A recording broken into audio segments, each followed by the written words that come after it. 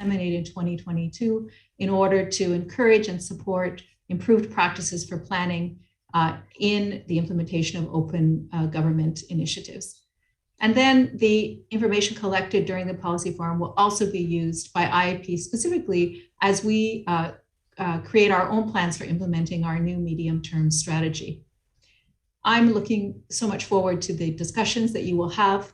We have more than 100 representatives from 33 countries that have been nominated by their governments for the forum. Many of you are following our discussions through streaming of this event on YouTube. And so far, more than 1,700 people have registered for YouTube participation. You will, as you know, be given the opportunity to raise questions and share experiences throughout the forum. So welcome. Let me also take this opportunity to thank members of the Open Government Partnership who have joined us for the event, particularly a thank you to Paul Massan, who is our keynote speaker, for making the time to be with us today. I believe that a more structured dialogue between education and open government partnership stakeholders is a clear pathway forward for work in this area.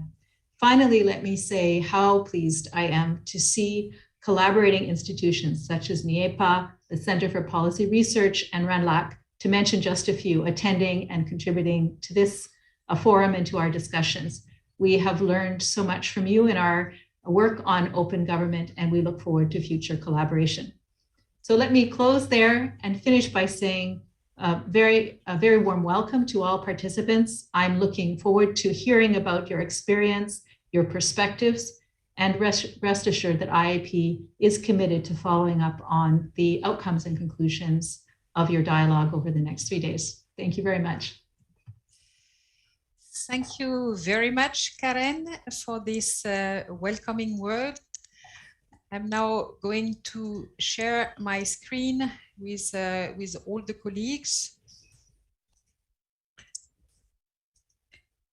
Just to give you some insights about what we are going to do during the 3 days of this event. So my name is Muriel Poisson. I've been in contact with a number of you regarding the preparation of this forum, and I'm the coordinator of IIEP's research on open government in education. So just a few words of introduction. Why have we decided as a UNESCO institute working on educational planning and management to focus on the issue of open government in education? Because there are major trends happening throughout in our societies. And as you've seen on these slides, I've tried to identify 4 major trends. One is data revolution that is affected all societies, but including the education sector, with much more information than before that now is collected through the sector. Big databases that has been created, and with much more facilities offered by ICTs now to share them with the public. Access to information and citizen voice. We will hear from the researcher that there are now many countries that have adopted right to information laws that apply to the whole of the public sector, but including also the education sector that has taken a number of commitments in this area. The third one has to do with accountability and anti-corruption. Many of you know that IIEP has been investing on this domain and on these major trends that also affect the education sector, how to put much higher on the agenda accountability and anti-corruption issues. And finally, the issue of ethics and building citizenship in today's society is also a major area of concern. And also leads up to this issue of open government in education, that is a call to make our societies much more open, much more transparent, much more accountable than what they used to be before. And so that's why I've decided to put this definition of open government in this first screen. That's the way we define it at IIEP, the opening up within the education sector of government data, processes, decisions, and control mechanisms to public involvement and scrutiny, with a view to ensuring inclusive and equitable quality education for all. And obviously, all what we will be discussing during those 3 days all of those innovations that are currently introduced in the education sector to make sure that citizen engagement is much higher than what it used to be before, is in the aim of making progress towards SDG 4. Now, as Karen was just mentioning, we have decided to integrate this open government agenda as part of our own work at IIEP, trying to reflect on these questions. How can open government can help countries to plan education in a much more reactive, efficient, and innovative way? And for this, we have a number of documents and pieces of research, literature review, survey, case studies, thematic brief, and so on, that we will have the opportunity to share with you all along this forum, and that are available on IIEP's website, where you can download them. So now, coming to the objective of this forum, we have 4 main objectives that we would like to reach as part of this forum. First, to provide an overview of different open government initiatives that are currently developed throughout the world. And you will hear of initiatives that has been developed in all regions of the world. Second, we want to share and to discuss the main findings of our research, because we have been researching on this area for the past 4 years. We want also to discuss and to facilitate exchanges on conditions of success for such initiatives through the dialogue that we will have, especially between the researchers and all the ministry representative, OGP representative, and civil society people participating in this event. And finally, trying to formulate some recommendations on how to make informed decisions on the design and implementation of OG policies in education. So, as was just mentioned by Karen, we have about 39 countries that have nominated representatives to participate in this event, and you will see them in blue on this map. Most of them are Ministry of Education representative and OGP country members. But the scope of the countries and number of countries is much wider than that, as more than 1,700 people have registered for this event, following us also live through YouTube. So now let me come to the agenda for our next 3 days. I hope that all of you had the opportunity to have a look at our agenda that is available on IIEP's website. You have seen that we will have 5 major panels that are going to structure our agenda. We will start with 2 panels today with an overview of open government initiatives in education, looking at central, local, and school approaches. And after the break, we will have a second panel on ensuring equal access and use of open government initiative, with a specific focus on women and youth. Tomorrow, on Wednesday, we will have again 2 panel sessions, one dealing with the use of new technologies to facilitate citizen involvement, and the second one on how to make the link between open government and the issue of accountability. And finally, on Thursday, we will have 1 more panel on the limits and risks also that can be raised by the involvement of citizens in the policy and planning cycle. And we will finish with some workshops and recommendations for decision makers and planners. This last slide with those kids raising hands, just an encouragement for you to raise your hand and to participate in the chat. You are very much welcome to do so. We hope that it will be an interactive event. There will be a number of presentations, but there will be also a lot of space for you to react, to comment, to share your experience, and also to raise questions to our speakers. Now, without further ado, I'm going to give the floor to Paul Masson, who has kindly agreed to be part of this event. Paul is the Chief Country Support of the Open Government Partnership. And so I'm happy to give you the floor, Paul. Thank you, Muriel. Thank you, Karen. Big thanks to the IIEP UNESCO team for bringing us together today and the next couple of days, discussing such a critical topic in the days ahead. The 21st century has seen a shift in defining our ambitions and challenges around education. We've moved away from simply seeking universal primary education for all, as reflected in the Millennium Development Goals, to a much more nuanced goal 4 in the SDGs, where we seek to ensure inclusive and equitable quality education and promote lifelong learning opportunities for all of us. This is a major shift and an incredibly ambitious goal, asking for approaches and solutions that we haven't tried before and that go beyond the education sector.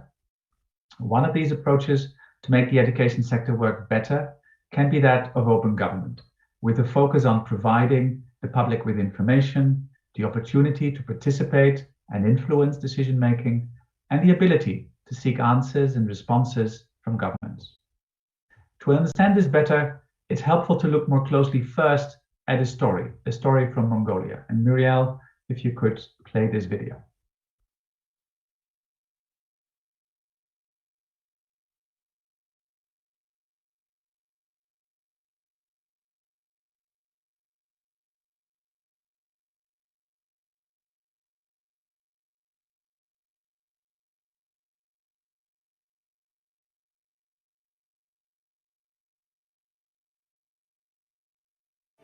Монголын нэг зүг рүү гэдэг монголчууд ивтэй байхдаа хүчтэй. Манай мянгад суманд улсын төрийн техникат алтан хөх явуул байдаг. Тэгээд ховд голоороо их алдартай. Малчт нь илүү олон байна. Манай сургуулийн ихэнх суралцагчид хөдөөнөөс ирж суралцдаг. Бид нар дотор байранда 9 сар амьдардаг. Манай дотор байрны ихэнх юм нь эвдэрхий байсан. Яг тийм нэг гэрийн орчин бүрдээгүй. Хичээл намайг давтахад хүндрэлтэй байдаг нэг ширээ сандал нь эвдэрхий тэгээд. За манай сургуулийн дотор байр бол 1975 онд байгуулагдсан юм дотор байр байгаа. Тэгэхээр зэрэг 75 оноос хойш бол манай дотор байр нь ямар нэгэн байдлаар засвар үйлчлэгээ ороогүй.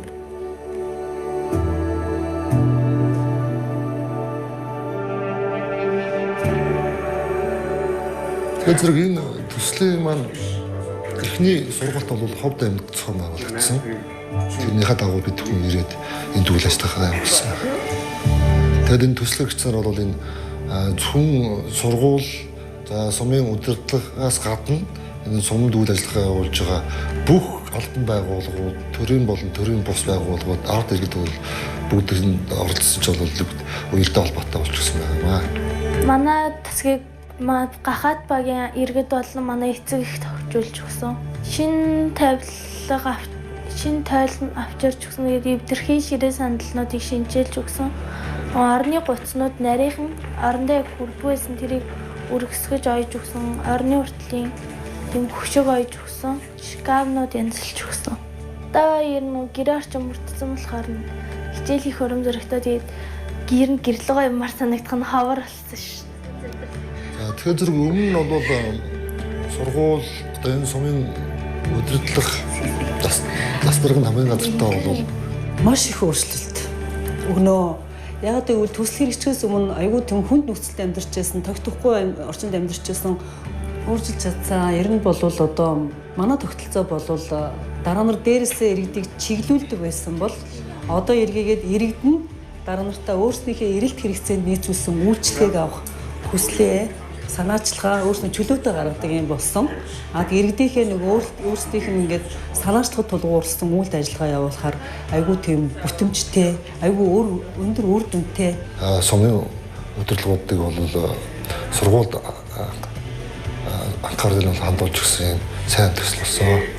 Орон нутгийнхаа удирдлагуудын талаар миний бодол өөрчлөгдсөн. Тэгээ айгүй тусч хүмүүс байна. Тусалцаа хэрэгтэй үедээ тэр хүмүүст хандж явах ёстой юм гэдгийг ойлгосон. За тэгэхээр зэрэг энэ жилийн удирдлага зэрэг манай хүүхдүүд дотор байрны хүүхдүүдийн маань сургуулийн дүн нь бол өнгөрсөн жилийнхээс бол нэлээд өндөр агцтай гарсан байгаа. Өөрөөр хэлэх юм бол амжилт чанар нь бол сайжирсан гэж ойлгож байна. За ер нь цаашдаа бол энэ төслөө бол цэцэрлэгийн үйл ажиллагаанд оролцуул үйл ажиллагааг бол сайжруулах чиглэлээр бол энэ төслөө хэрэгжүүлэх нь зүйтэй байна гэдэг дээр бол сумын удирдлагууд бол санал нэгтэй болсон ажиллаж байгаамаа. Тэр болгонд манайхаа ингээм хамтдаа хийе гэдээ одоо санаачлаад үргэлж одоо санаачлагыг гартаа аваад бүх ажлыг одоо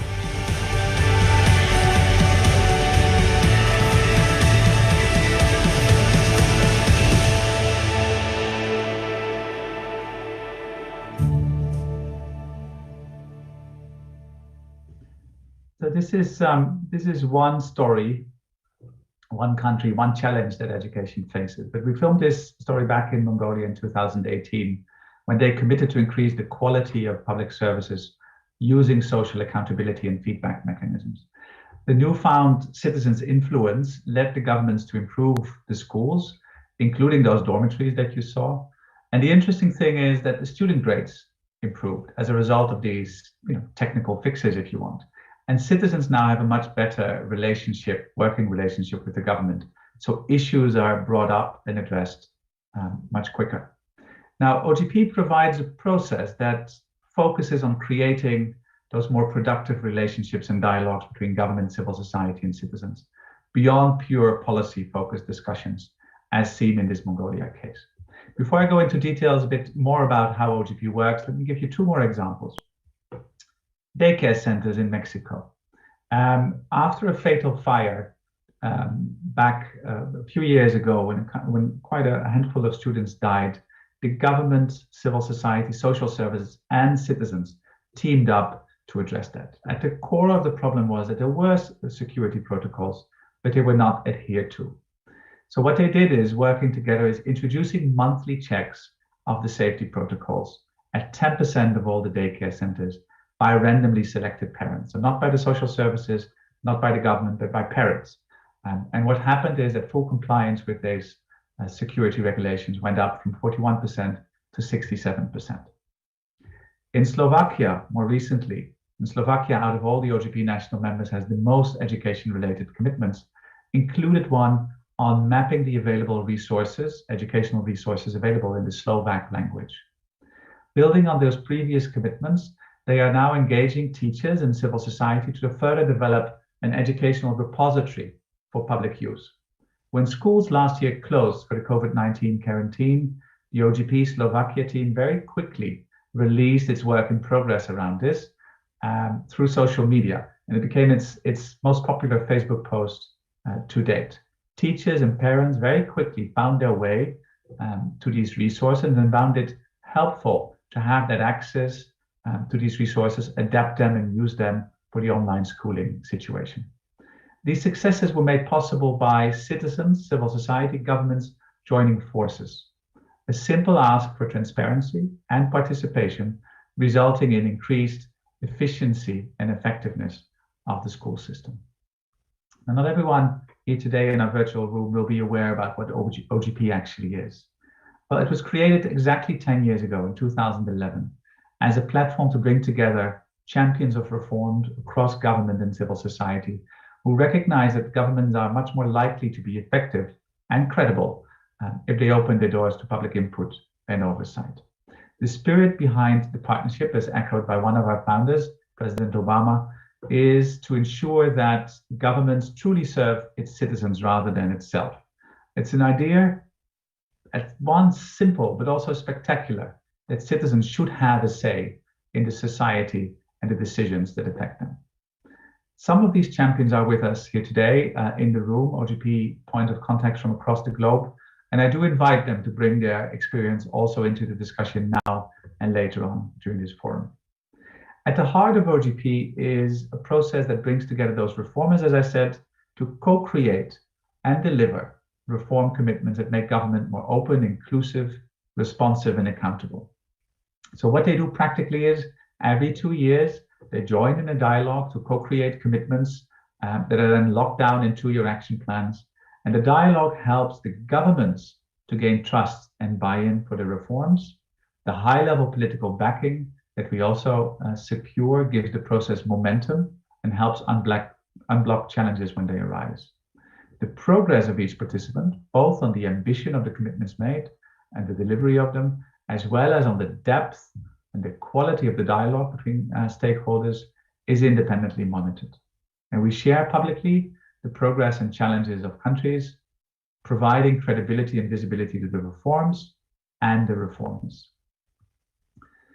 The responses we've seen to the COVID-19 crisis exemplify how essential these open practices are to our collective human security. Accountability, participation, inclusion, responsiveness are big words, but they're the core values at the heart of OGP. 10 years after we were founded, we see that the concept of openness has come a long way and has become more mainstream in many sectors, including education. But at the same time, the world faces massive challenges that have been feeding the anxiety and discontent even before the current health crisis we're facing.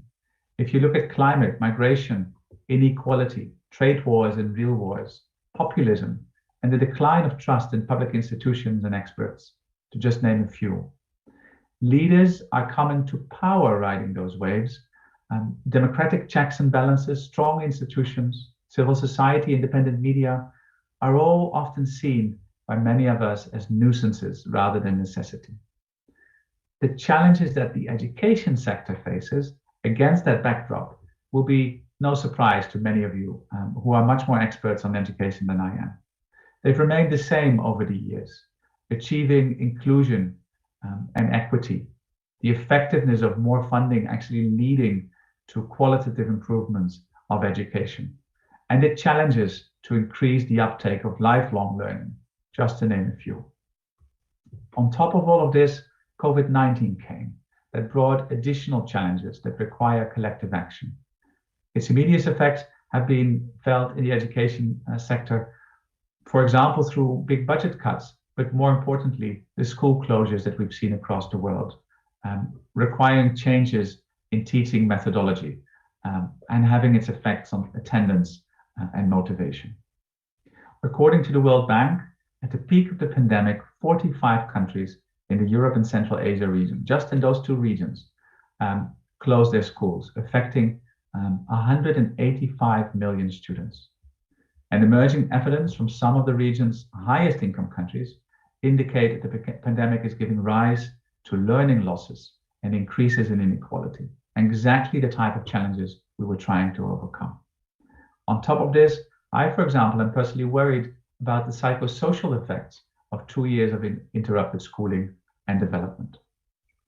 Other research from the World Bank shows that 2/3 of poorer countries and 1/3 of the upper, middle, and high income countries have reduced their education budgets already due to the pandemic. Interestingly, related OECD research points to the fact that budget cuts always show its effect with a delay of a few years. For example, we saw the education budgets being cut in 2010 as a response to the 2007 financial crisis. So the full impact of the pandemic on the educational sector might not be visible yet. The open government approach that we propose can help towards addressing and overcoming some of these challenges, the big ones from before the pandemic and the additional ones from the pandemic. A classic open government approach will always have transparency, participation, and accountability elements in it. Now, the education sector has responded and taken up this trend towards more openness, especially transparency, which is the first step of any open government approach, especially when it comes to disclosing information on access to or the quality of education and the provision of data to increase the transparency of education-related processes. For example, how do students get selected into schools? How is staff hired or reviewed or trained? How are school boards recruited and what is the composition around it? But achieving sustainable and equitable outcomes for everyone requires to go beyond transparency. It requires sustained investments in institutions that can hold decision makers to account and help education systems become more responsive to public needs and to work with and for citizens.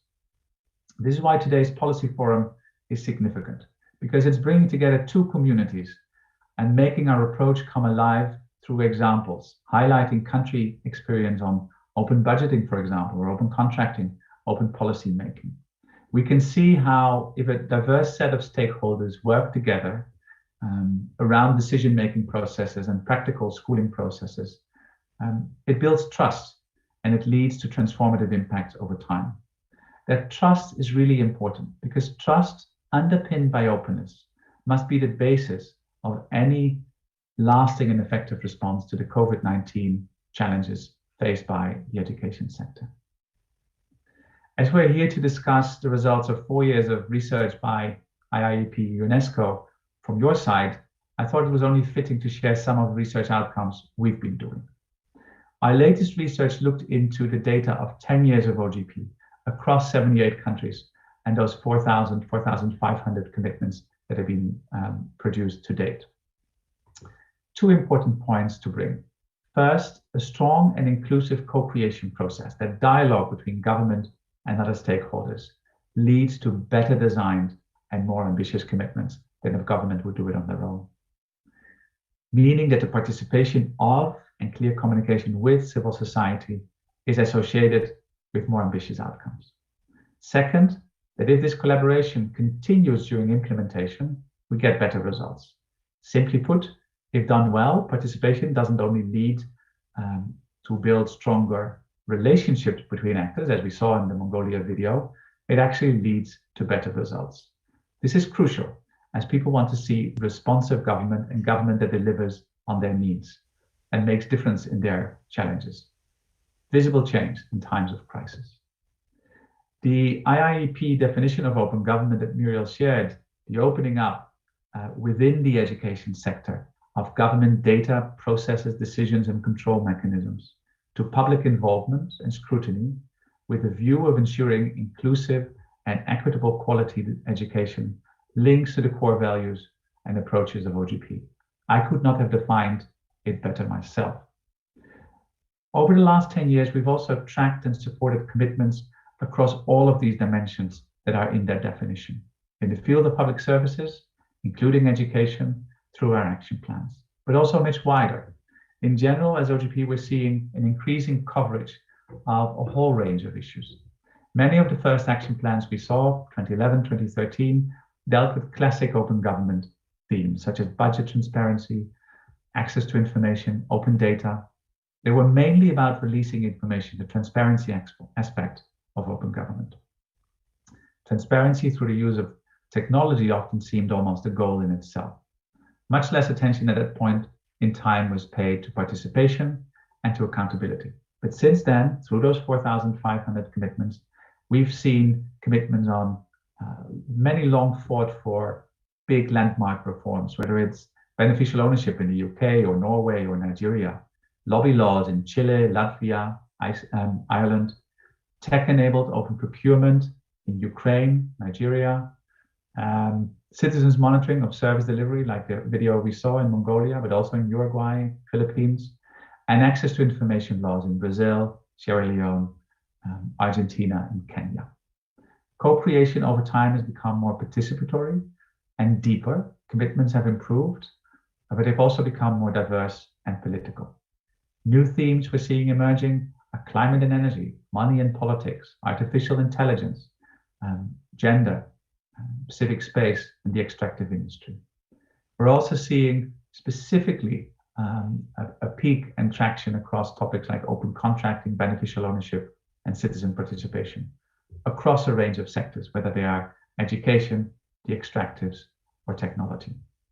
Over time, we've also seen a shift towards thinking beyond opening up of information and more towards what does it take to see uptake of information and use of information by the right people actually influence their daily realities. Commitments over time have started to include much more elements of civic participation. About half of the commitments in the 2019 action plans, for example, include elements of civic participation, nearly doubling the rate of the first years of OGP. On the other hand, the percentage of commitments that have elements of public accountability in it, that third value of open government, the scrutiny part of the definition that Muriel shared, has declined over time. Our data also shows that especially anti-corruption commitments show a high return on investment. They're among the most ambitious ones we're seeing and often show very promising early results. This includes topics of, like I mentioned, open contracting, beneficial ownership, but also whistleblowing and audits. These positive results we are seeing are corroborated by third-party metrics and similar positive trends that are visible in anti-corruption related domains like open data or fiscal openness. In general, if we look at the period 2011-2021, we can state that OGP countries outperform non-member countries when it comes to fighting corruption.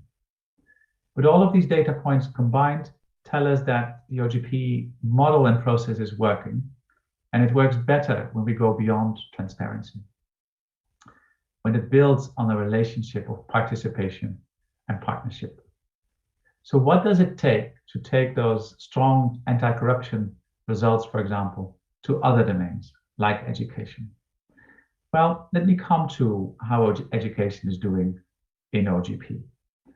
A quarter of the OGP members currently are using their action plans to make commitments on the education reform.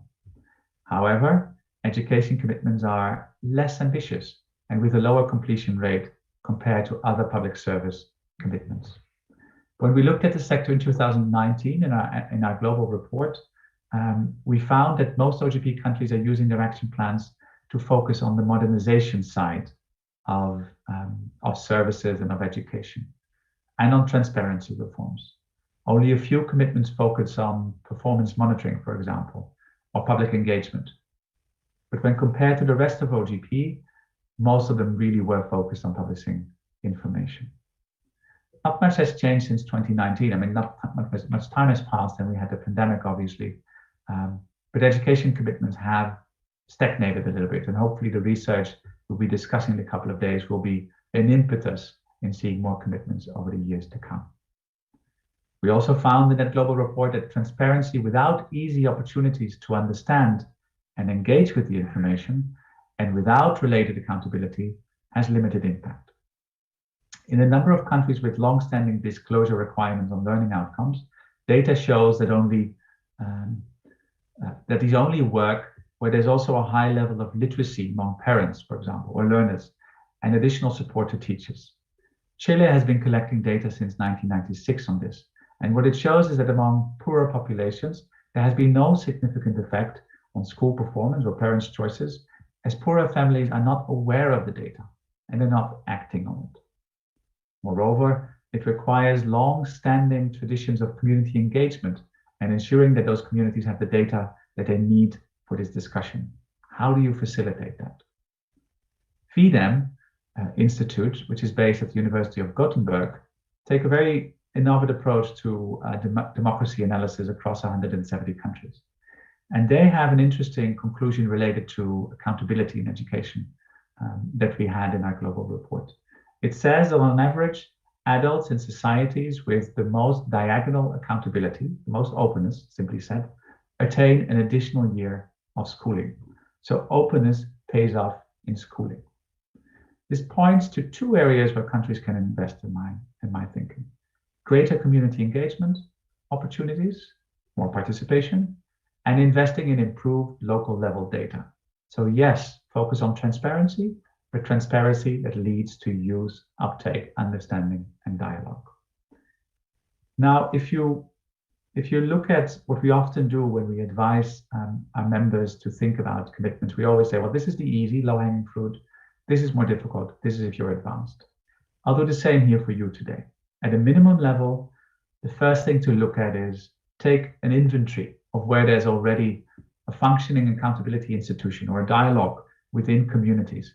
For example, parent-teacher administrator forums that support school activities, or school management committees that already involve citizens or students providing an accountability or advisory functions, or the roles of ombudsmen and advocates that are ways of representing students and parents with administrations. Additionally, at that same level, minimum level, low-hanging fruit of commitments, could be to open up what was previously unavailable. As you saw, for example, in the Slovakia example I shared in the beginning. Spain did something similar. The procurement platform they have offers open access to all educational materials developed with public funds.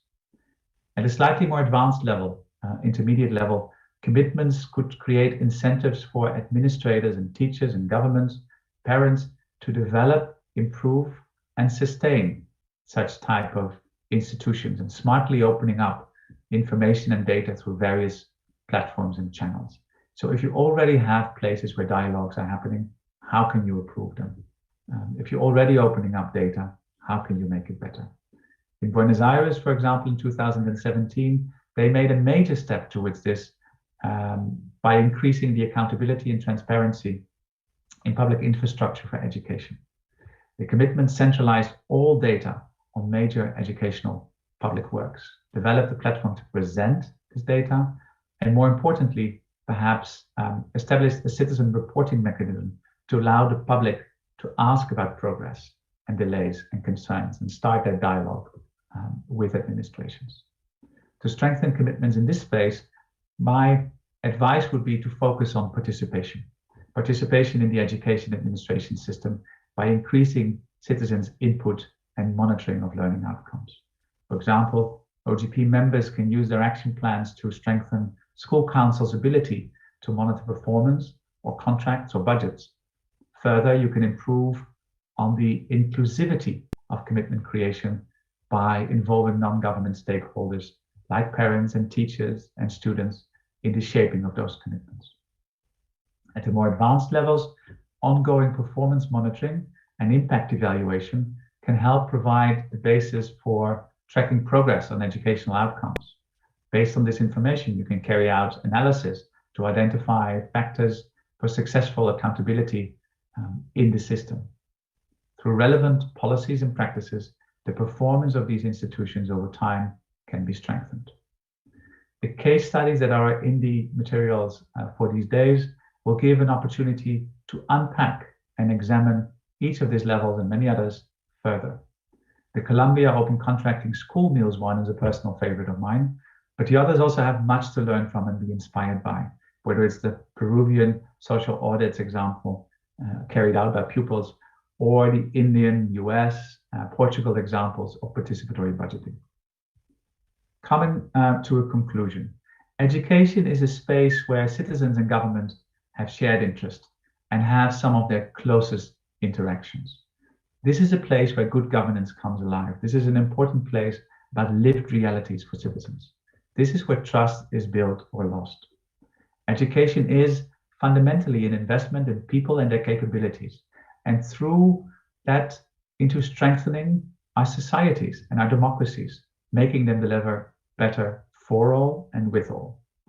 This investment pays dividends especially to those societies which ensure that access and quality are widespread. To take South Korea as an example, a current chair of the partnership, they over decades made significant investments, first in universal literacy, then in secondary education, then in post-secondary education.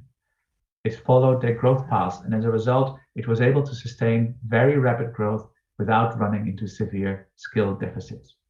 Finland, Chile, Poland, Peru followed similar trajectories, with nationally directed improvements in education, which, while at times been inconsistent, have resulted collectively in significant growth, not just of the economy, but also in much improved learning results.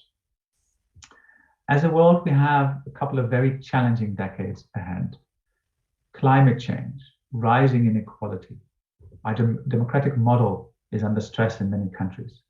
COVID is a first, but for sure not the last, global health crisis that we have to face.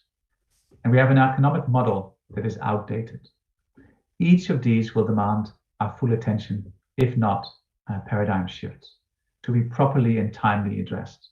Strengthening educational outcomes and the educational sector will be critical for each as a goal in itself and as a means to address those big crises.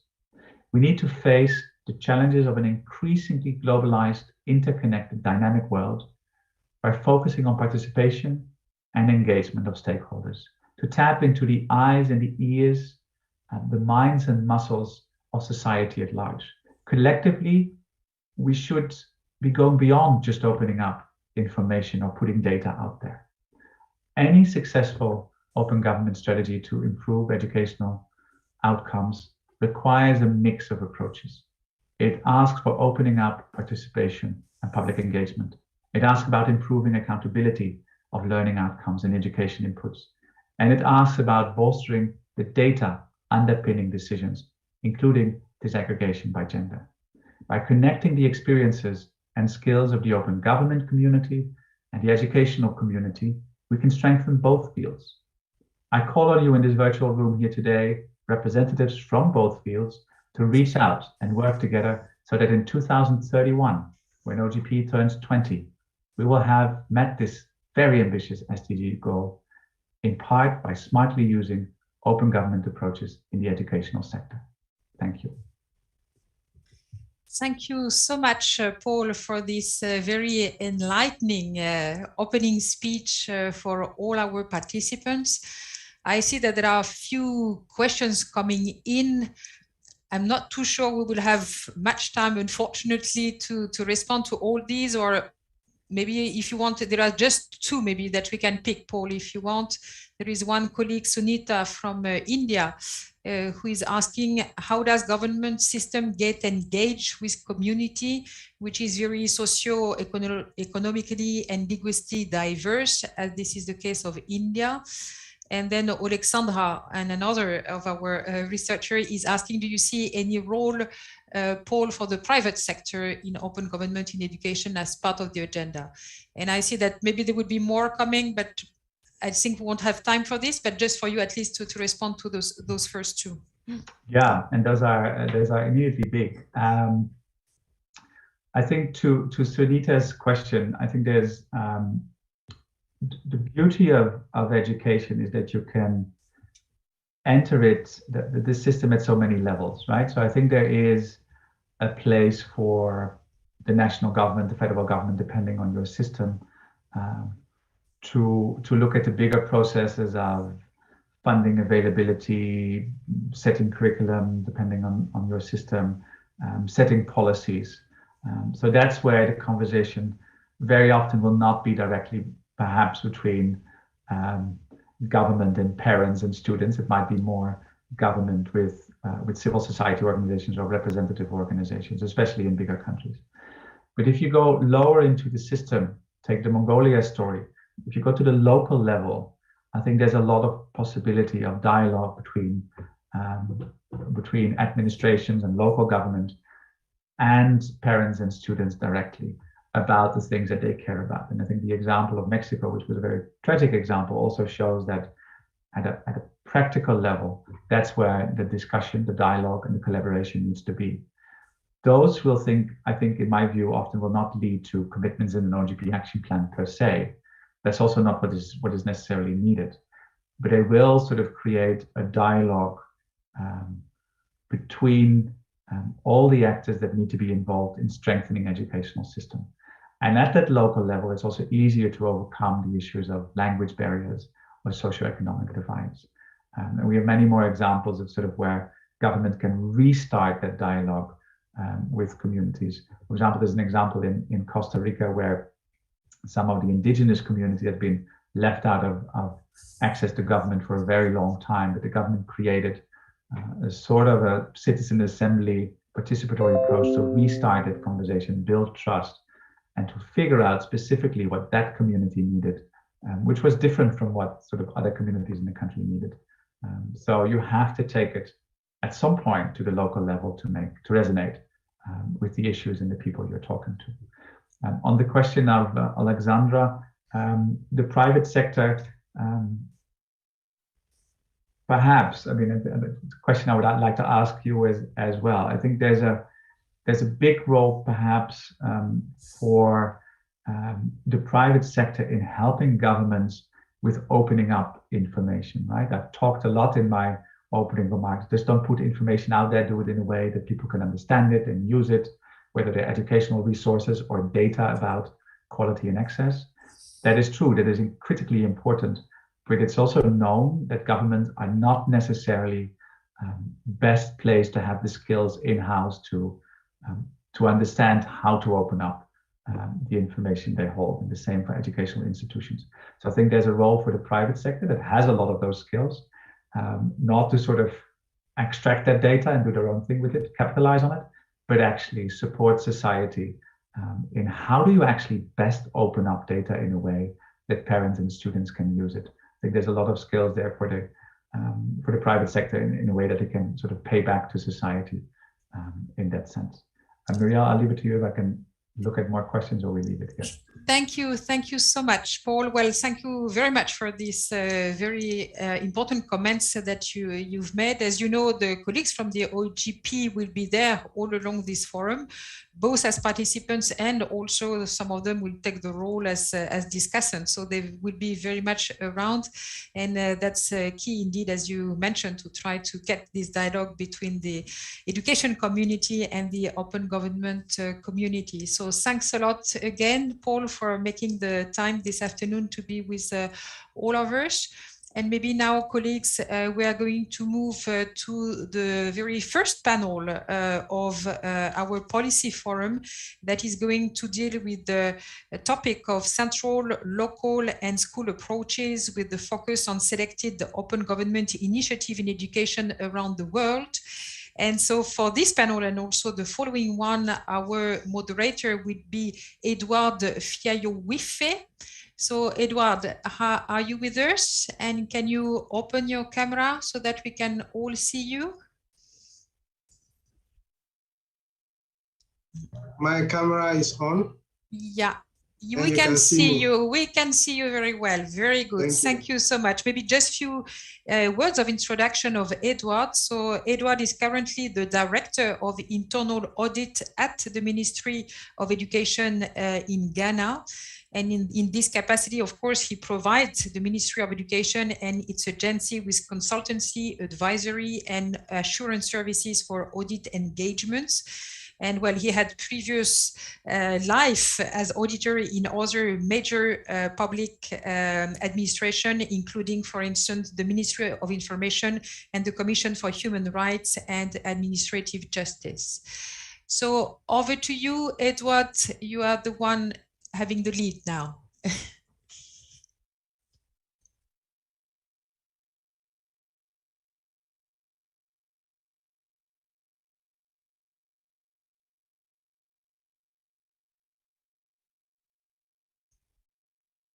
You can talk, Edouard. Huh?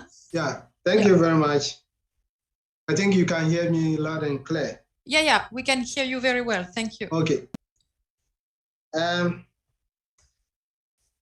I think we are on the program and we will have about 3 presenters that will give us presentation today on the topic slated already.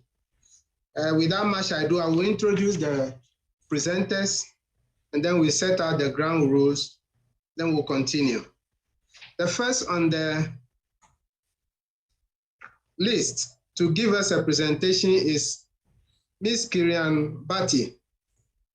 She's a senior fellow at Center for Policy Research, India.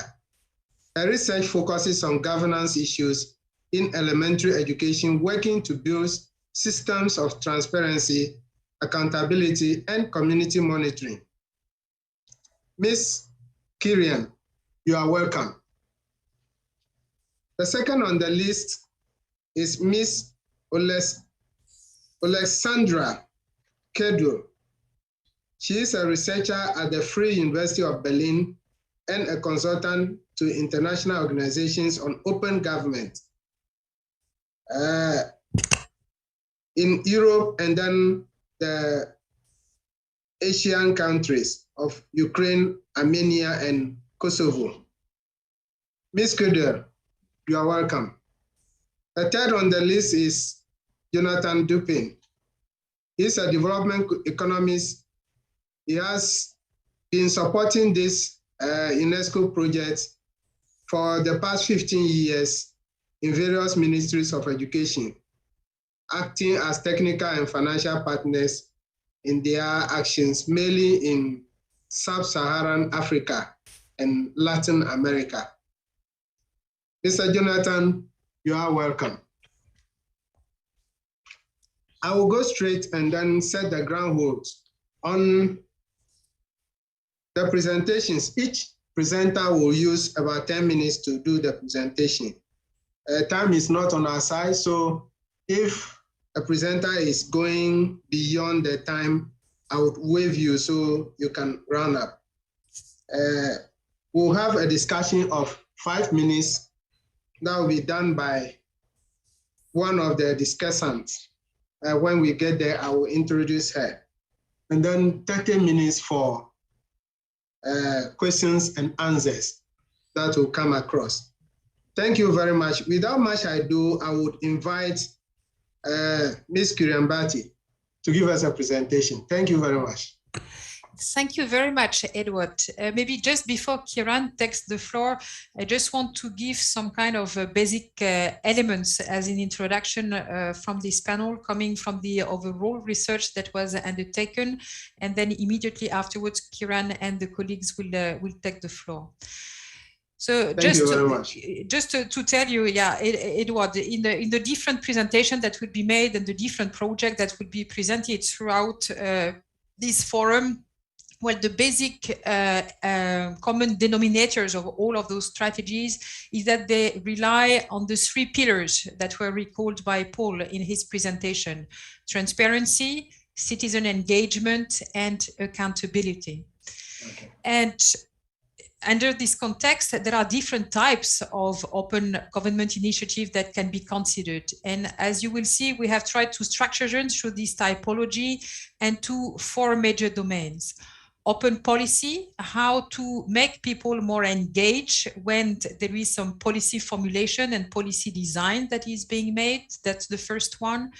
Second one related more to open budgeting and participatory budgeting, how to make citizens more involved in all what has to do with budgeting processes. Third is open contracting. Open contracting is a very important sector in the educational field when talking about contracting of school meals, of school equipment, of textbooks, and so on. How to make this whole process more transparent, engaging citizens, and making sure that at the end of the day, it becomes more accountable. And the last and fourth category is the one of social auditing, and how to make sure that citizens also can be involved in the monitoring, and more than that, the auditing. As also, Edward, you are an auditor of the education sector. And in fact, Kiran, especially, who will take the floor just after me, will provide a very interesting example on social auditing coming from India. And in those four domains, there is a common dimension that you see on the right of this slide in orange of open data. Open data is not a sector or a domain on its own, but it's critical for all of the domain, open policy, budgeting, contracting, or social auditing to take place. If there is no transparency, if there is no access to information in each of these domains, then it's really going to be very difficult to talk about open government. Now, in the short introduction that I will be making throughout this forum as a short introduction to each of the panels, I will refer to two different pieces of research that we have undertaken as part of the project that is presented to you. The first one is the global survey that we have carried out in 38 different countries that have taken open government national education commitments regarding the education sector. There are more countries than those that are shown on this map that have taken specific commitments as part of their OGP plans in the education sector. But in our survey, we have decided to focus more specifically on those that have commitments very close to what we're interested in, and that I just presented in terms of open policy, open budgeting, open contracting, and social audit. So it makes altogether 38 countries. In each of those countries, we have sent an online questionnaire to representatives from the Ministry of Education, to OGP country contacts, to representatives from civil society, parent-teacher association, and teacher unions to get their perspective on open government in the education sector. And whenever I will show those blue slides, I will be referring to results of this particular piece of research. The second one has to do more with the case studies, which are the ones that are going to be presented in more depth and in more details by the colleagues. Case studies that have been undertaken in the US, in Colombia, in Peru, in Ukraine, in Portugal, and in India and Madagascar, plus two thematic studies covering India and covering sub-Saharan Africa, and dealing more specifically with the case of school management committees. Now, to come more specifically to the topic of this first panel session, what we will be discussing here, which level is more important for open government? Should we have a particular focus on what's happening at central level, what's happening at local level, or what's happening at school level? And as you see on this slide, I have selected two quotations, one from Oksana and Alexandra that are also contributing to this forum from the literature review that they have carried out for us, mentioning that the mapping of open government dimensions across 6 world regions has demonstrated that the national level remains the most relevant for policymaking in the education sector. While we have another quotation, as you see, from Lipovetsky from 2016, mentioning that governance is most meaningful at subnational levels, where it's deeply specific and contextual and touches directly on lived experiences. Of course, there is no contradiction between the two. Certainly, as educational planners and managers, there is a need first to have a focus on what's happening at central level, because education systems remain extremely centralized, and it's where a number of key decisions are being taken regarding public education policies. But at the same time, and especially when talking about open government, there is a need at looking at what's happening at the local level. And that's the whole challenge of our discussion for the day. 2 or 3 short graphs that I wanted to share with you before giving the floor to the colleagues. As part of this global survey that I mentioned to you that we carried out in 38 different countries, one of the questions that we raised were the following. At which level are open government initiatives usually operated and managed in the education sector of your country? And as you will see, and maybe not without much surprise, the national levels goes up. 76% of people mentioning that it's mostly at national level that things are taking place, or in a smaller percentage at school level. And what is happening at local or municipal level is maybe of less importance. Similar type of information. And another question that was raised as part of this survey, which was how are open government in your country usually funded? And you see that the bar on the left shows that funds are provided entirely or at part by the central government. And you see that whether the initiatives are carried out at national, at regional and municipal, or at school level, well, this bar is always extremely high, mentioning that in most of the initiatives that are taking place, and that will be also the case in most of the initiatives that will be presented to you, still the central government is playing a key role in their development. And finally, the last graph that I wanted to share with you, again, from the same survey, one of the questions that was raised was the following: is the concept of open government in education familiar to you?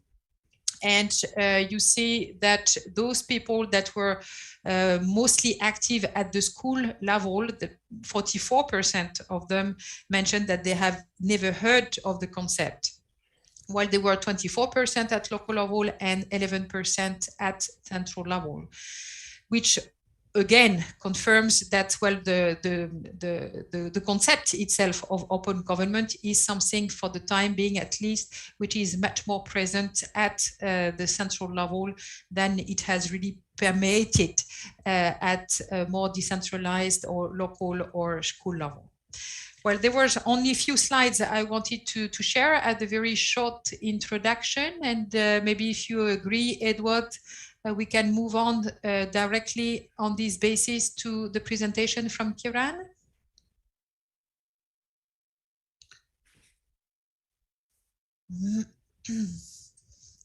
So I think, Kiran, you have the floor, and you should have also the remote control on your slides. Okay, thank you, Muriel, and thank you, Edward, also for inviting me to participate in this panel. I'd like to especially thank IIEP for giving me the opportunity to be involved in this very interesting and important study. and giving me also the opportunity to present some of the learnings from that case study, the Indian case study of social audits. Yeah, sorry, need to go back, sorry. Right. So this the Indian study, as I mentioned, was involved conducting social audits of education, and it was the first initiative of social audits in education that was undertaken in India, particularly one that was supported entirely by the national government. In fact, the social audits that were conducted were supported not just by the central or national Ministry of Education, but also the National Commission for the Protection of Child Rights, which is the NCPCR. Now, NCPCR has in fact been mandated in the Right to Education Act to monitor the provisions of the Act and the entitlements that are provided to children, particularly for basic education. And when this Right to Education Act was passed in India, NCPCR decided to use the opportunity that was given to them to develop a modality that would involve the citizens directly in the monitoring of the Act. And this, and so from this grew the idea of conducting social audits. Because RTE, having been made a fundamental right, actually opened the door for citizens' involvement. And in that sense, it meant that they would have to have access to information about what the entitlements in the Act were and what they could expect from government if there were any schemes, etc., that the government was going to implement to make sure that the Act was brought into force in its full sense. They also felt that a mechanism that would provide the citizens an ability to share their feedback about how the Act was being implemented and also ask for redress in cases where the Act was not being implemented in its proper form would be an important element in ensuring that the Act actually reaches everybody that it was meant to. So the National Commission decided to develop, using the broad structures of the idea of a social audit, to develop a kind of citizen monitoring frame and a mechanism in which they could involve the citizens directly to give feedback about how the Right to Education Act was being implemented. So combining all of these aspects, they brought together different experts who would help making access to information easier to the citizens. They would also create platforms for dialogue between the citizens and the states.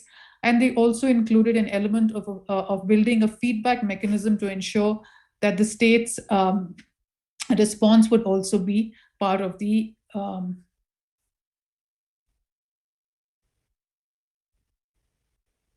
yeah.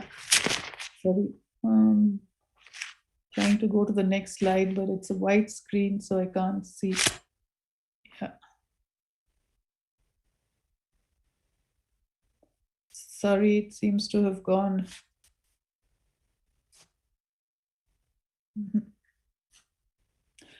Right, so because this, I'm sorry, it's moving on its own. Yeah, I'm sorry about that. It's gone back again. Okay, I'm just going to speak anyway. Basically, I'm going to focus on the value of the importance or the value that the national government brought to the whole process. What the big advantage of having the national level support was that the social audit actually could be conducted in 10 states simultaneously. If that kind of national level support was not there, it might not have been possible to get the buy-in of so many states at the same time. A large part of this, the reason for this buy-in from 10 states at the same time was that the financial support came from the Central Ministry of Education, and that made it possible to do these social audits across the states.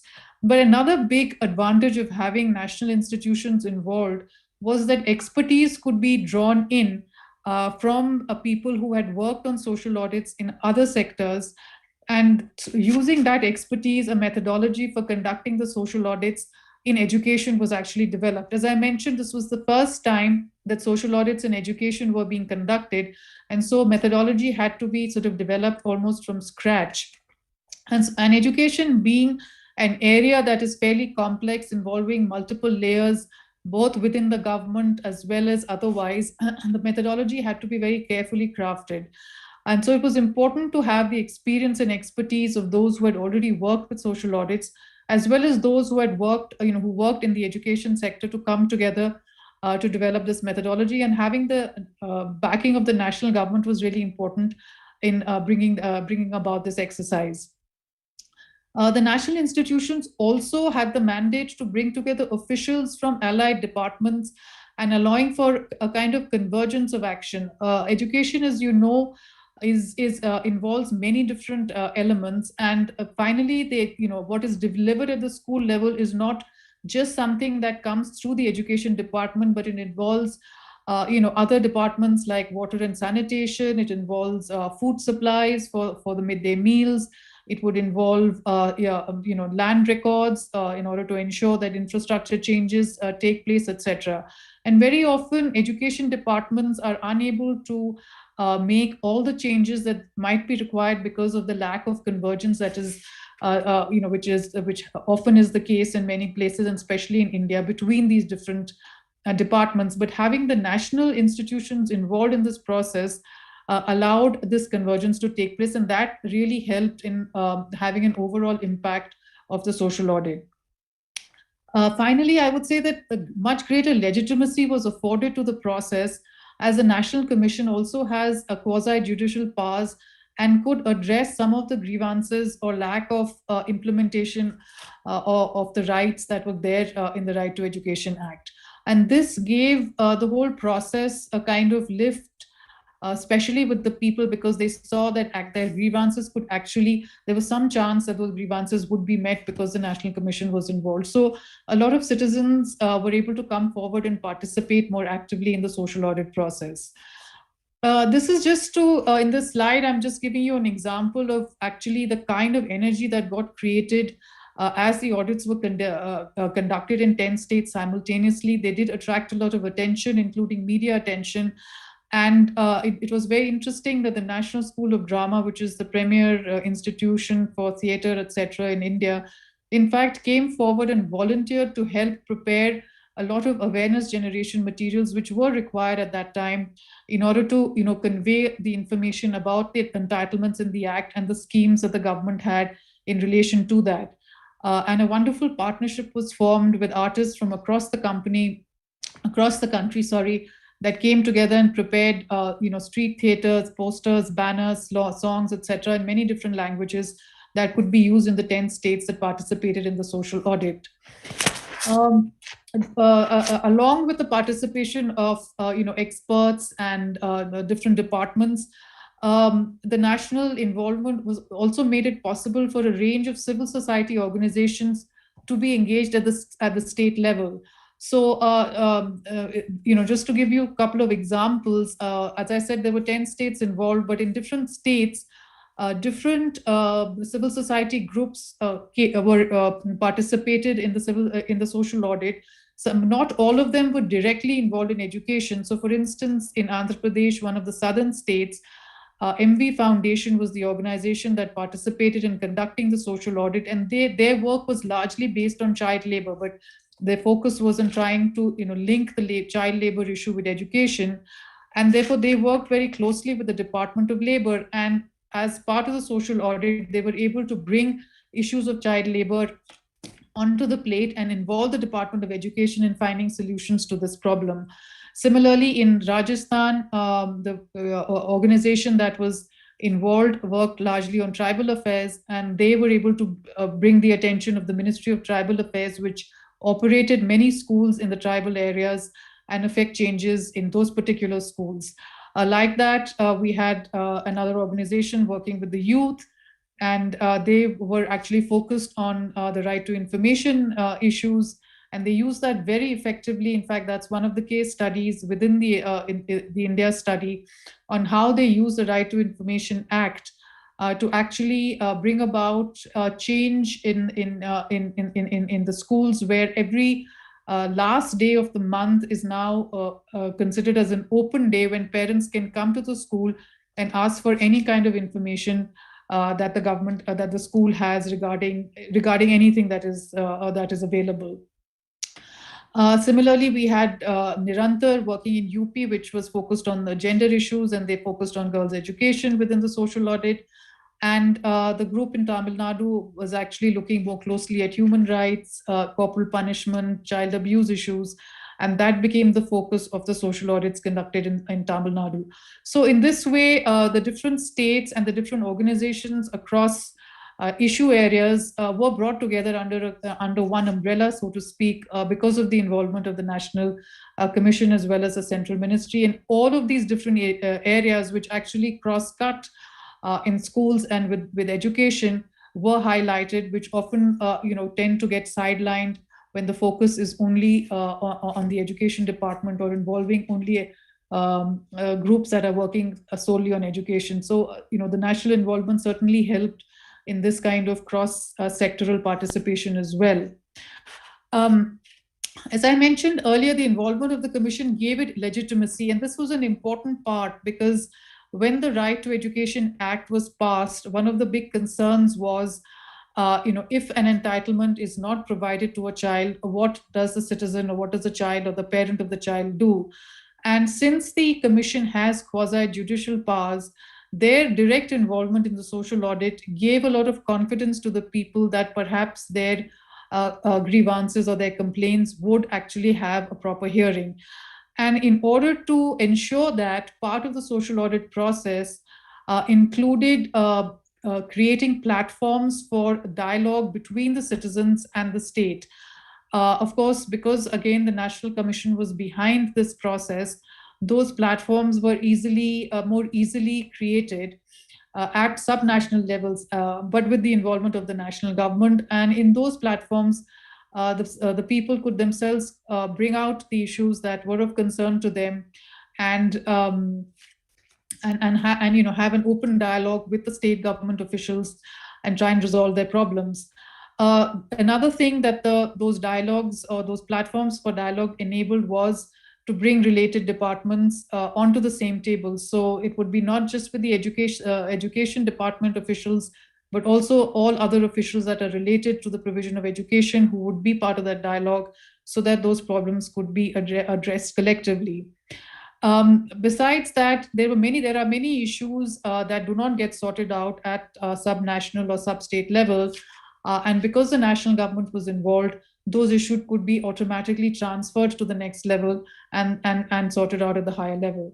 So besides that, the National Commission also has the powers to implead in judicial matters, including up to the Supreme Court, if required. And in fact, there was an instance when that was needed, and the Commission intervened on behalf of a child who had a problem at the school level, and was able to get legal recourse even up to at the Supreme Court level. So, I mean, there were several important ways in which the involvement of the national government really helped push the social audit process at the state and the sub-state level, and really allowed the idea of citizen monitoring and the importance of having dialogue between the state actors and the citizens take some kind of root. But having said that, I think it's also important to understand that a lot of, and I think this has been mentioned by the speakers that have been part of this earlier today, that it is important also to build processes and build institutions at the local level where it is easier for citizens to have access rather than drive everything from the national level. For instance, even access to information in the case of the social audit that has been studied in this particular case study, a certain amount of national intervention was needed to speed up the process, which is not necessarily the ideal situation. And access to information should be made local, should be made easier to access for people at the ground level than was the experience at this in the social audit. Similarly, platforms for dialogue, if they are to be effective, really must be supported by the state and sub-state levels, and not necessarily from the national level. The accountability matrix, which gives which lays out which levels within the government and which departments are responsible for the provision of different entitlements, should also be built at the state and the sub-state level and not necessarily at the national level, so that follow-up action can take place at the local level. Most feedback mechanisms for the resolution of grievances will also be needed at the local level. And if they are not available at the local level, they might remain out of the reach for many citizens. So while there is certain benefits of having the national level involved in an exercise of this kind, I think that enough attention needs to be paid to make sure that other mechanisms and systems are available at the local level, where they are more easily reached by the citizens, and the entire reliance should not be necessarily only at the national level. I think that was the major kind of learning from the social audits case study that was done in India. I'm happy to say that while this particular experiment was conducted now almost 10 years ago, the Indian government has decided to revive social audits at a national level, and a lot more work has gone into developing the mechanisms and the methodology for conducting social audits, and many more issues that were not available in the earlier process have now been added on. For instance, monitoring or auditing the learning levels, which were not done in this particular exercise that has been documented. New ways of being able to include that in a social audit are now available. And hopefully in the days to come, we will see this process actually institutionalized again with national backing, but with systems that are available and developed at the subnational levels as well, so that citizen participation can be increased. Thank you. Thank you very much, Kiran. And so now we are going to move on to our next speaker, who will be Alexandra, who will refer to an example from Ukraine. And I think, Alexandra, you have the control now. Thank you very much, Muriel. Thanks a lot. Thanks a lot for the invitation to the Policy Forum and to the opportunity to conduct the research, which we did together with my colleague Oksana Hus, who will be also presenting tomorrow. And today I will share our insights from the introduction of the open school budgeting in one of the regions of Ukraine, Donetsk region. Let me see if I can navigate. Yes. So what is Open School? Open School, just briefly, it is an open school budget platform, which was developed by an NGO. It is a solidly digital platform, and it shows public funding that's available to a specific school and donations. Every school has a profile. You can see the picture on the left. This is how a school profile looks like.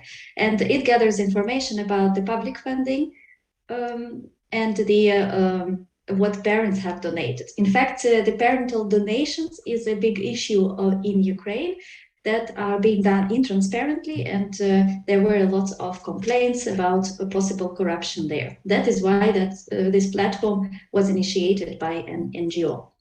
The caveat of this platform is that it is decentralized, so it means every school creates their profile by themselves. They have to register themselves in this platform, but it provides also opportunity for communicating the school needs and for crowdfunding, so transparently getting the money to the schools. Now, I would like to highlight how the implementation chain looked like in this initiative and the role of the local level there. Just to mention that the findings that I'm presenting is based on our study in the 3 cities in the Donetsk region. We conducted 24 semi-structured interviews, held 12 focus groups with teachers, school principals, parents, and pupils, and administrators of the system. And we also had a survey of the users. And so the results chain. Here on the slide, you see how the implementation chain looked like.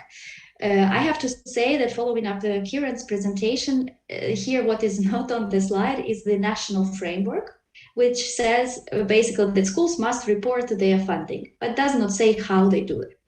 So the civil society organization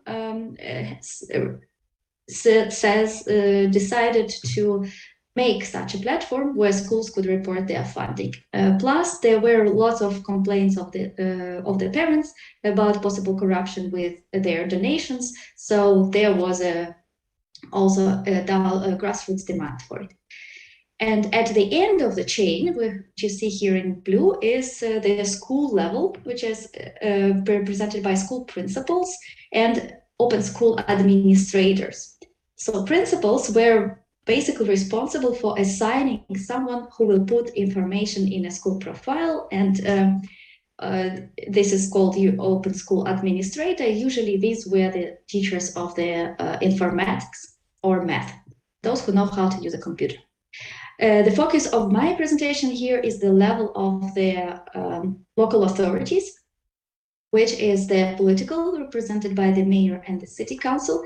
These are both directly elected bodies that have quite some autonomy according to Ukrainian legislation, and the Department of Education, which is the executive body of the city council.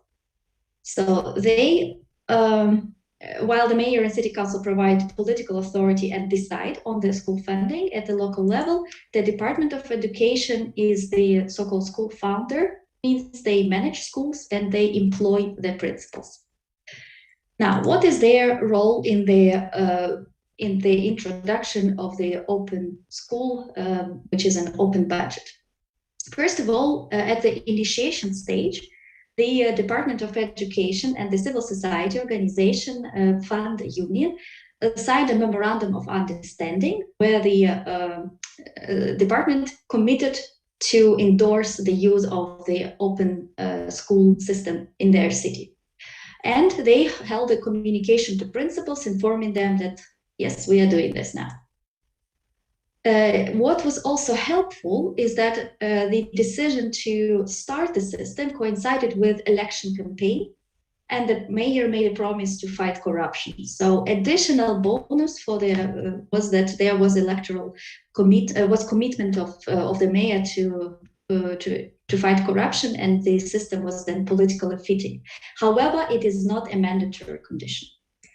Then at the implementation stage, the Department of Education coordinated the training activities for people who will make for the teachers who are setting up school profiles. They were not, the Department of Education did not conduct the training. It was done by the civil society organization, but they brought the teachers together and sort of spread the authority that this is needed. Importantly, there was no financial contribution from the Department of Education whatsoever for this system. It was funded by the, first of all, it was the NGO themselves who developed it and funded the hosting, and then they received money from an international partner, from a donor. At the monitoring and enforcement stage, there was a crucial role of the Department of Education because they did top-down control of whether school profiles were filled in, and they basically disciplined school principals. And here I have a quote from one of the Department of Education heads who says that although they didn't have any formal authority, they publicly shamed the principals at the general meetings of the principals. So it was within the department for not providing open school with the required data. So they used a little bit of this naming and shaming strategy to make the schools have these profiles. Okay, and at the importantly is always what is happening once we do all of this. Is there any policy change? So here was one of the changes was that usually the answer of the Department of Education when principals ask for any money was that there is no money.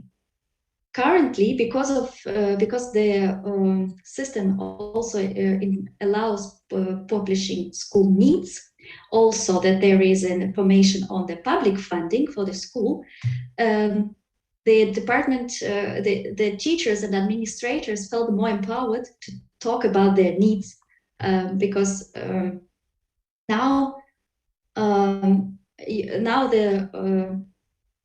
Department of Education could not say anymore just that there's no money at all. So in a way, here we have a teachers' empowerment, but in the next step, I will also show how Department of Education was empowered in their communication with the political authority. Because what they did is, once they received their information on the need and they knew how much donations also parents gave, they communicated it transparently to the city council, and they had a formal ground why they need more funding for their school, for their schools. And here we have a response from the deputy mayor, one of the cities, who says that first they were relying on the funding requests by school principals when making budgets, but where's my? Okay. But after the open school was introduced, they could see how many donations parents are doing and for which purposes. They said that they are now including these in their budget plan. For example, it is easy to estimate the cost of permanent maintenance. This is information they knew, but running costs are causing many questions in society, and that is for what parents were giving donation. So basically, the city council then included running costs into the funding of the schools at the local level. That is the process of the role of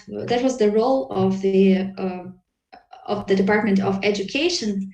Maybe before I go to these key takeaways, I would also like to say that the Department of Education was a key facilitator in taking the civil society initiative by the schools on one hand, and on another hand, it also helped the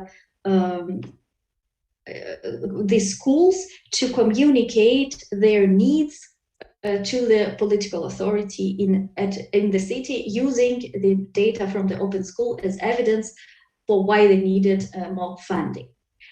So this facilitator role that was crucial in the current functioning of the open school system. However, we have several key takeaways which we could share based on this experience. So first of all, civil society is a partner in crime, as I would call it, because technological know-how and the sense of real stakeholder needs, so the parents, is, as we have heard also today, is not always in the government, it's often outside the government. So whenever civil society comes and raises issues, it is not always, it could be useful not just to listen, but also to see what kind of offer and know-how they propose in order to solve maybe issues that the government is already fighting with. Second learning is that if the open government initiative is working and is responding to the user needs or Department of Education needs, it is recommended to have more ownership of this, which means setting up monitoring and feedback mechanisms and seeking political support for this. In the case we are dealing with, the local authorities, some had this ownership, but some did not, and only there where they did, the open school was really functioning. And important, which I call checking your backyard, is that when new technology is introduced, it is always a risk and almost a likelihood that it will be duplicating some internal processes that are already going. So it means that users or system operators may have some additional burden. For example, school administrators, open school administrators, where teachers who had to put some data into the system, but then also that data had to be reported in a different way to the Department of Education. Anyway, because the system works like that.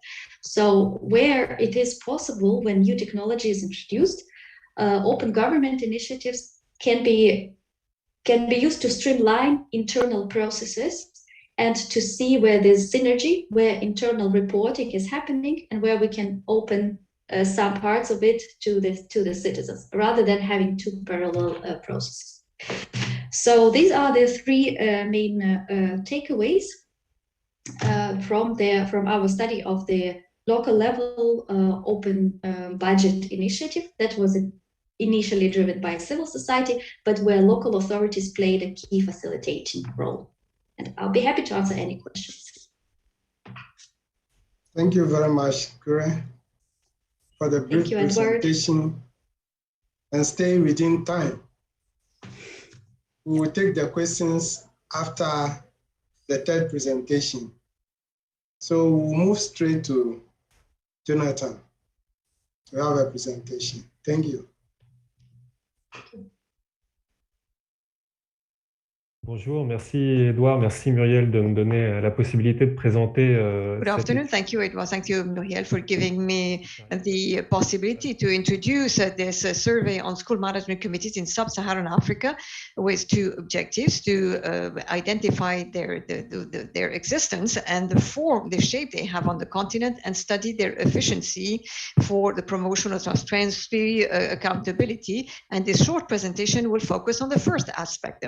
So this study is based on the sources of information which are indicated here, and you will see that we talk about some professional feedback given my activity as a consultant to support the operational implementation of some cooperation projects. The school management committees, well, the general objective is to implement a participatory government structure at the level of the schools. We can identify different dynamics in the development of these management committees. You have pedagogical foundations and conceptual foundations. You have Epstein's models with a broader parental involvement, and beyond the role at home, the parents must be involved in school activities, support school activities, and make this commitment. And this model is used in many research work on these management committees and throughout the world. And the studies in the North tend to observe the role of parents at home and in schools based on the performances of the students, while in the South, literature focuses on the parents in the financing of schools and decision-making processes in schools. All this happens in the context of educational crisis, and generally speaking, with state difficulties in sub-Saharan Africa with the structural adjustment plans in the 90s. And in this case, we see some international orientations which are increasingly committed. We have the Jomtien Declaration of 1999 calling for contributory partnerships around education. But 10 years later, with the Dakar Declaration, it clearly asked for the reform of the education management and schools.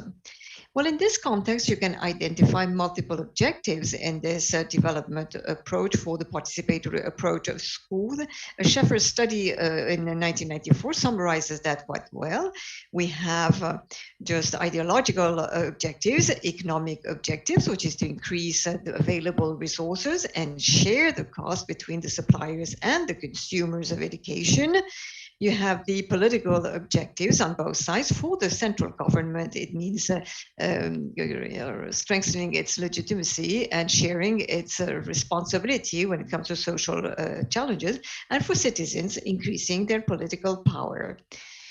And there are also more operational objectives: appropriation, strengthening or building the capacity of the different stakeholders. And in order to properly understand this Gauche approach, school management approach in sub-Saharan Africa, there are some starting points.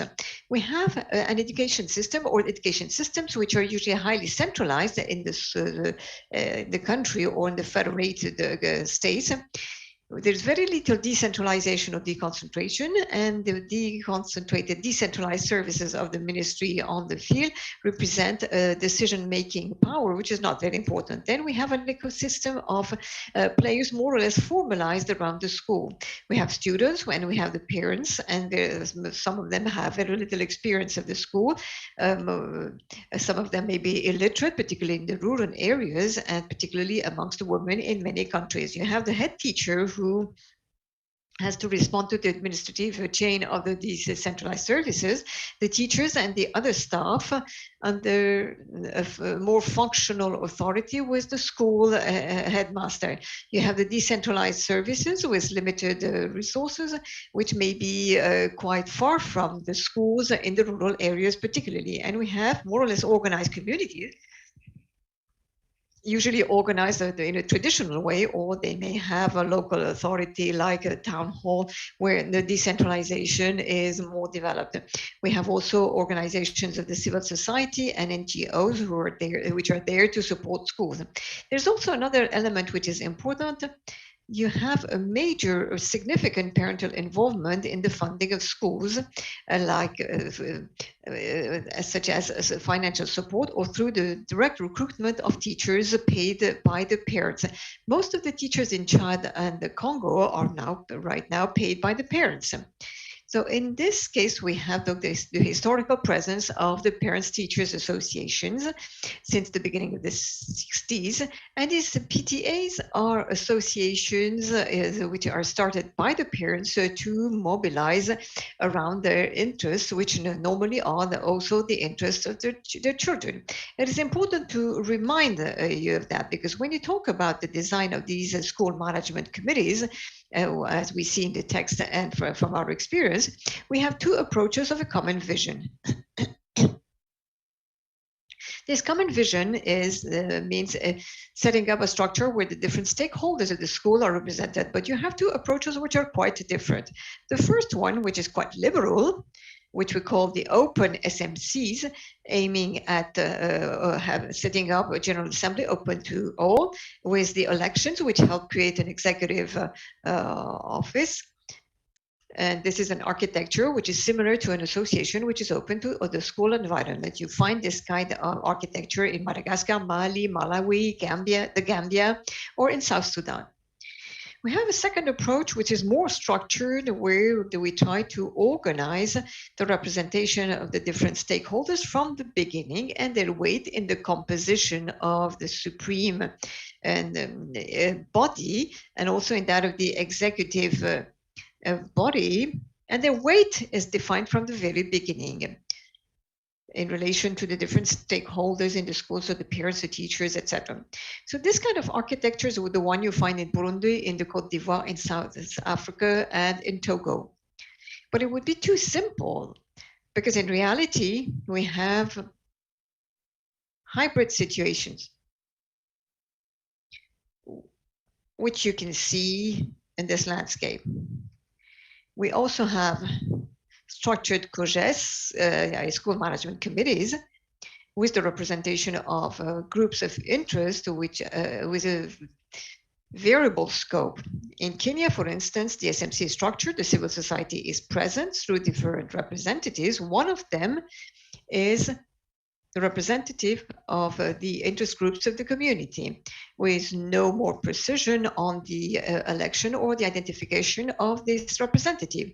And on the other way around, you may have open SMCs, which may be relatively structured in the framework of the operationalization of the open SMC policy. For instance, in Nigeria, which is a federal state, the national level gives the provinces the possibility to choose the composition of the SMCs, of just stating that they must represent the different groups having some interest in the improvement of the performances of the students.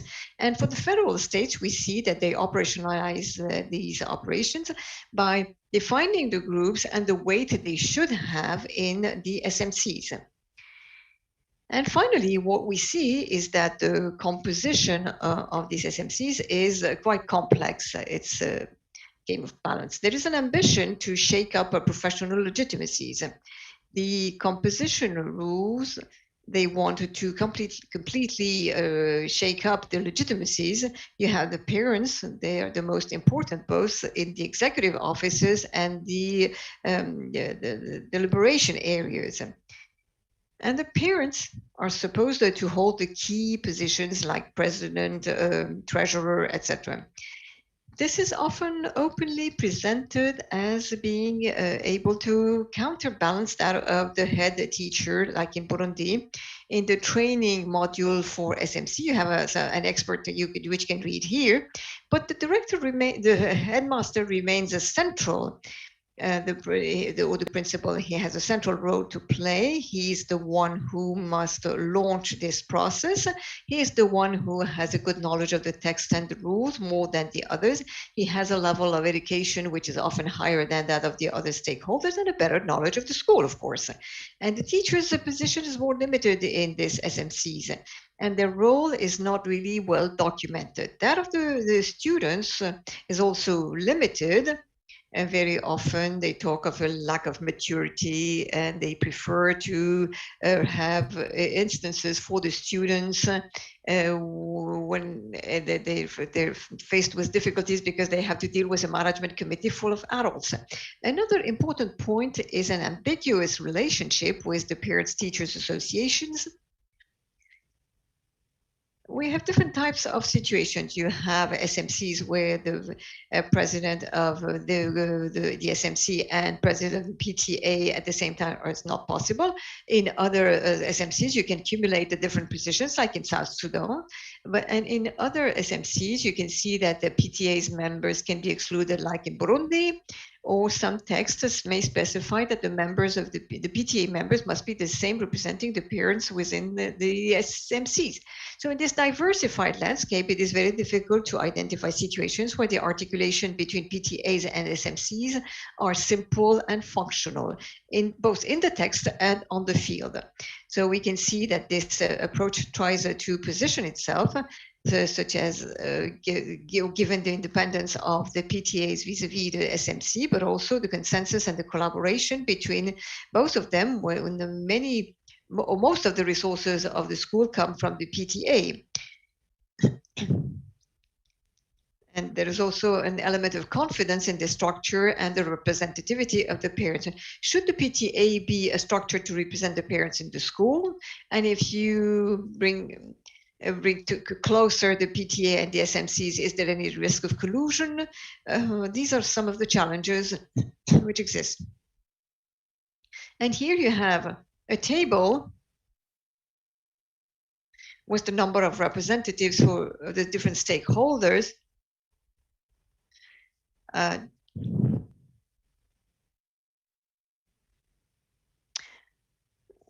Now, to move to the end of my presentation, here are the missions of the SMCs, the support to the operation of the school and to levy funds for the schools, which is traditionally the function of the PTA, and interface role with the external world to facilitate communication. We also have a mission which consists or should allow all the stakeholders to get involved, the steering mission, but also a mission aiming at leading a school development plan, like a process so you have in Mali illustrated here with developing a vision, actions, developing follow-up indicators, etc. And finally, a third mission, which is the management and control mission, either for a range of tasks relating to the management of the school, managing the expenditures, etc., or controlling possible deviations. But of course, here, the scope of this control and management is the big challenge. Is it for all the resources, or is it only for the resources brought by the Parents Teachers Association? And the function is not the same depending on the countries. And to conclude, just some initial findings on these SMCs. They institutionalize the idea of participation in the operation of the school for the communities, or for even of shared responsibility. We also see a limited ownership and appropriation by the players. The text and the implementation tools are sometimes ambiguous, and on the field, there is a limited understanding of the arrangements because sometimes of the limited capacity of the stakeholders to play their role. And the implementation tools, well, there is very little training to help the members and the parents to properly get involved in these structures and know their roles, which sometimes creates some conflicts of competences, and representation within the SMCs are sometimes difficult. We're confronted to the local democracy challenges. You have the weight of traditions and the trend, and there is a tendency to take some of the people supporting the school and give them certain positions, but there's also a problem of power, because there may be power struggles in the community and some may end up marginalized. And there's also a risk of parents' disinterest, because they sometimes see the SMS as a place which takes money, as something which takes money from them, and they may consider that for them to be involved in these SMCs, it takes time, they're not paid, and it might be conflictual when it comes to negotiate or to manage conflicts with the pedagogical teams. These are the main elements regarding the SMCs and the missions, where there are multiple missions, the parents' contributions to start with, but also complex assignments, and also giving the stakeholder some room in the governance of the school. That's the starting point, but do you have the necessary resources and support? Is there any relay if the shared governance does not give good results? What happens then? And if we succeed in making the SMSs really functional in the schools, what about the responsibilities of the SMCs, given that it is neither a public nor a private structure, and the accountability of people making up the SMCs and people who do not get paid is a big question mark. We also have a question about the efficiency of the SMCs, but that will be the subject of another presentation tomorrow. Thank you for your attention. Thank you, Jonathan. We are grateful. We will move on to the discussion. To help us do the discussion will be Ms. Aheli Shudri. She is a developmental professional. She is a founding trustee and director of JOSH, a nonprofit organization that has been working in Delhi for over a decade on issues such as improving education, youth development. Edward, I think it's Patricia Milagros. In fact, the lady from Peru that would be playing the role of discussant. Oh, okay. Sorry for that. I didn't have that information. Don't worry. But I think Patricia is with us. So okay. She's working at the office of the Controller General of the Republic of Peru, and she will be speaking in Spanish. Thank you very much for that intervention. Patricia, you can take over. Muchas gracias, Edward. Muchas gracias. Thank you, Edward. Thank you, Mariela. Thank you all of the organizers for this invitation and to be able to make some comments to these wonderful presentations that we have heard today in this panel. Indeed, the open government issues become practices which for many that many people do not know of, as was actually mentioned through the survey on these 38 countries. However, the Open Government Partnership has implemented this initiative for over a decade, and we still have problems understanding what OGP is all about. That's why we have to keep on preaching, so to speak, to promote these principles that will base an open government or even an open state, because mind you, we are also talking about an open state, and we have to go through this. It has to go beyond the governments. That's why we should be talking about an open state. Now, this stems from the principle of transparency and access to public information, where precisely the open government should be starting. Why? Well, because this will allow us to open for full participation, for citizens to be empowered about using the information of the states, and also something that Paul mentioned, how these principles of transparency, citizen participation, accountability, and so on and so forth, takes us to education. The Indian initiatives talks to us about how access to public information allows for citizens to access to other kinds of services, other kinds of fundamental rights that people are allowed to have, and they are entitled to receive from their respective governments, whereby they can also have access to public health, to improvement in water and sewage and other kinds of infrastructure that schools must have.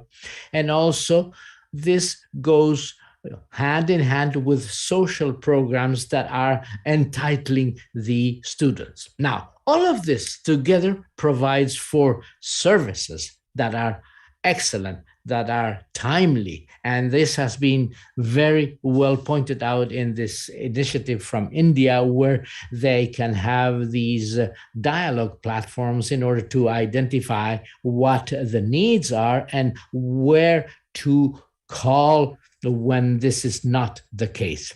It is important for citizens to know where they can outreach, where they can channel or funnel their demands, and how they can possibly be heard and get answers to whatever they need to know or they are asking.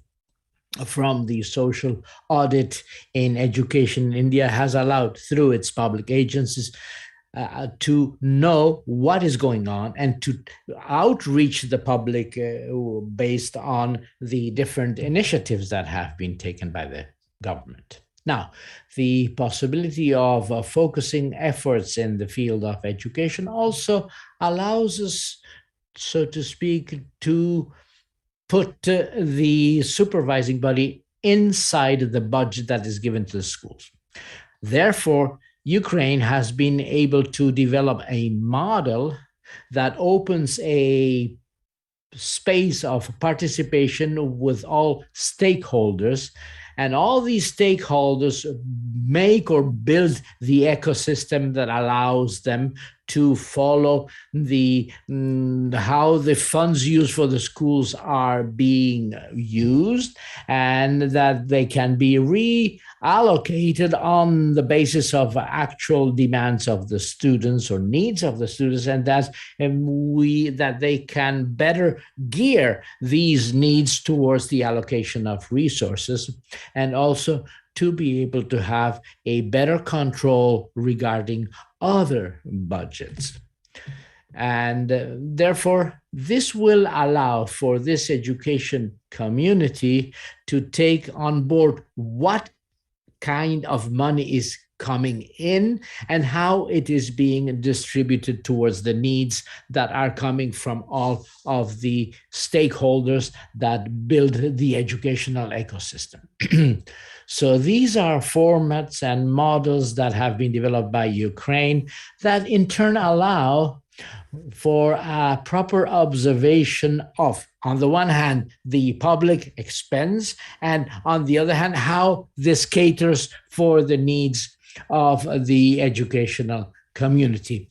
All these practices are absolutely outstanding because very often we don't know how to move forward. But these are good examples. These are actual practices that will allow us to get to the results that we are all looking for.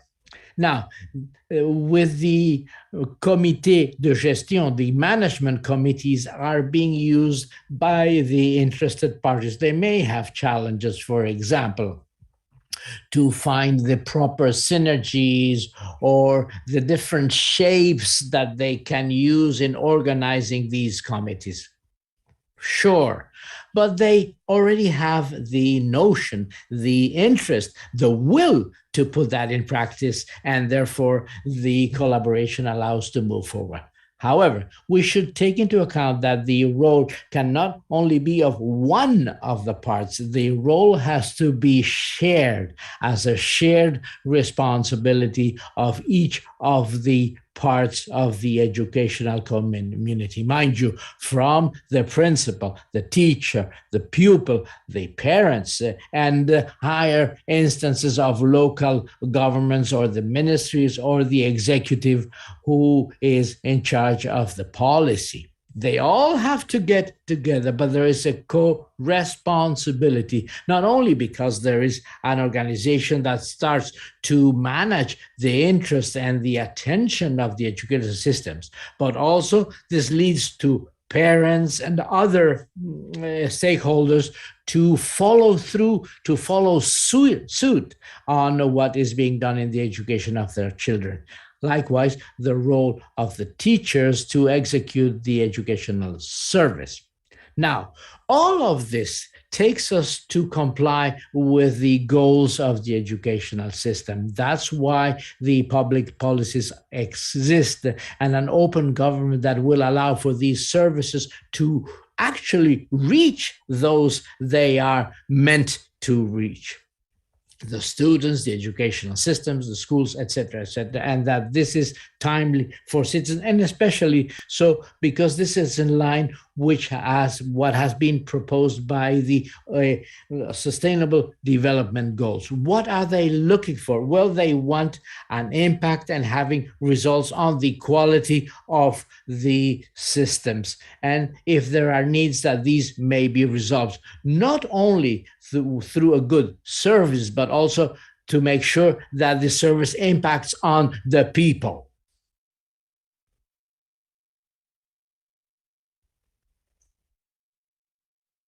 There are different models that are proposed at the level of this panel, but there are many others as well. And there could be practices where the principles of open government are encouraged, but they do not know that they are actually working towards an open government. So we should continue to preach these concepts so that the implementation of these good practices will not only reach the national levels, but trickle down to the further levels, to those that are further down, and to move forward towards this concept of open government. That's what I had to say, Muriel. Thank you.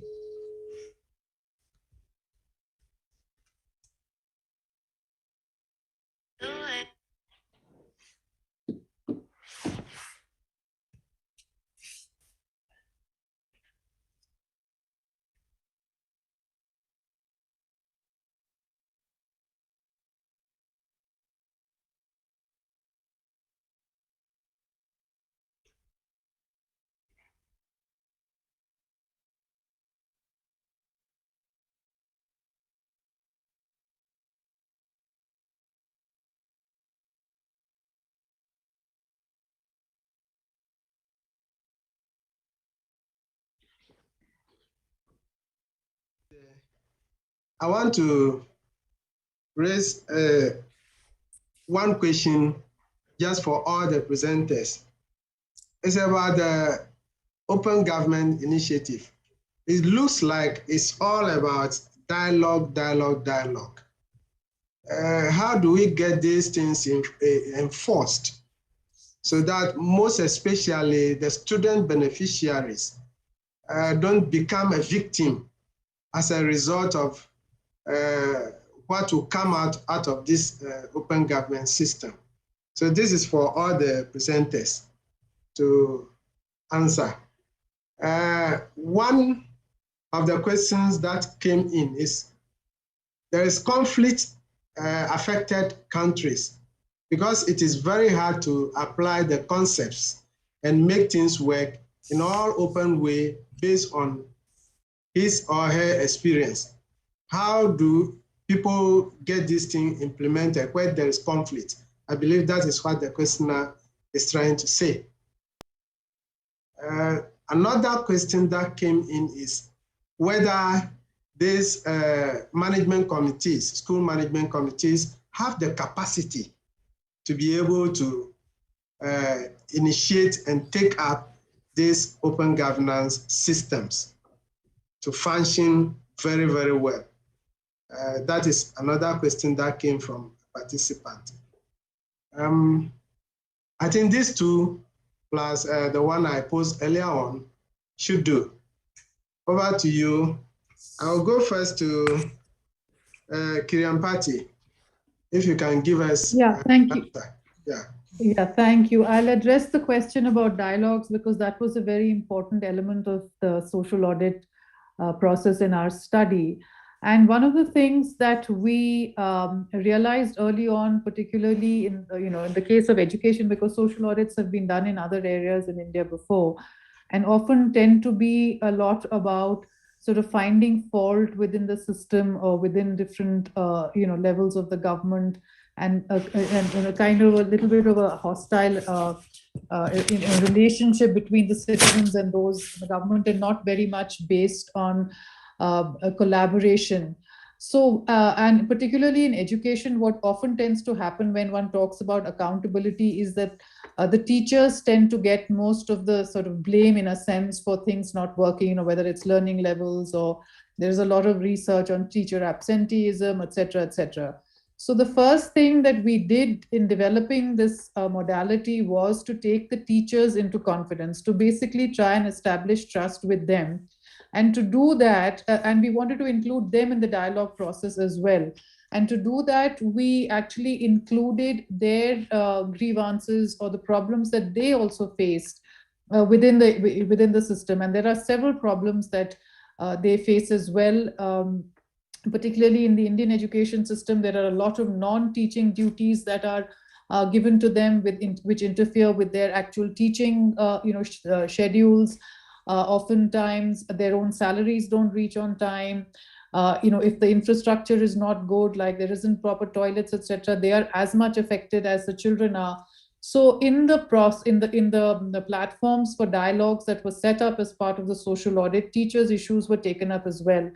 And that really helped in making them a very important stakeholder in the whole process, and for them to start to see themselves on the same side as the children and not in opposite sides.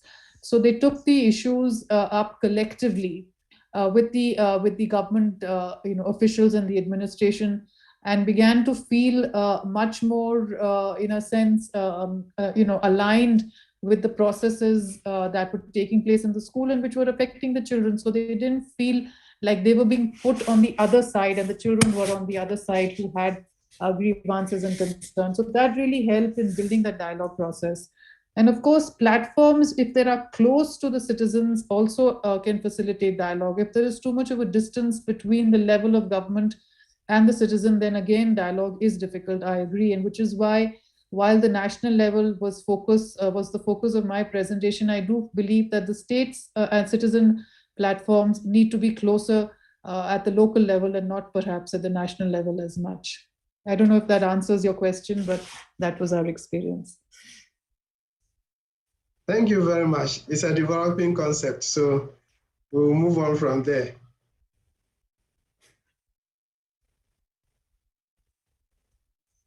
You're mute now, Edward. You're mute. Jonathan, if you can take up the question on conflict within the communities that these open governance institutions are being implemented. How would that work? Because your research has to do with Sub-Saharan Africa, and we have these issues around. So if you can address it for us. Oui, très bien. Alors, effectivement, yes, fair enough. Well, in regarding these conflicts and fragile situations, it's even more difficult for the SMCs, but these such situations have certain characteristics which allow us to say that in such situations, most of the resources do not come from the governments, but come either from the communities themselves or from the organizations of the civil society.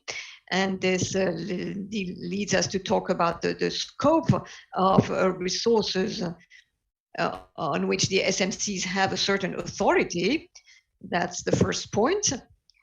And in this situation, the stakeholders of the SMC are in a more fragile situation, and this refers us to the situation, the question that was also regarding the capacity of these SMCs to play their role at the level of local management and to meet the needs of the open government policy. So tomorrow, the presentation that will be made will focus on the efficiency of the SMCs and their capacity to play the role, because today we more talked about the composition and the missions of these SMCs, but maybe I could just say that there is the first stake is access to information for the different stakeholders, mainly for the parents, access to information on the roles and the functions of each one, and then access to information on the resources, regarding the resources available to the school. That's the first thing.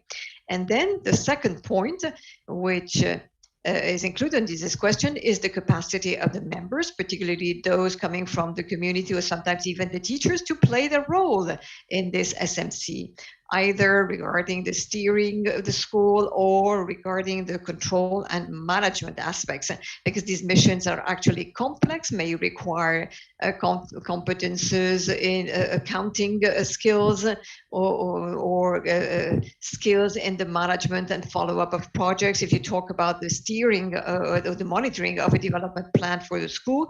And in this case, tomorrow we will talk about the two things this brings to your mind. First of all, how increase the capacity of the members of these SMCs in contexts where the departments of education even have problems offering in-service training for the staff.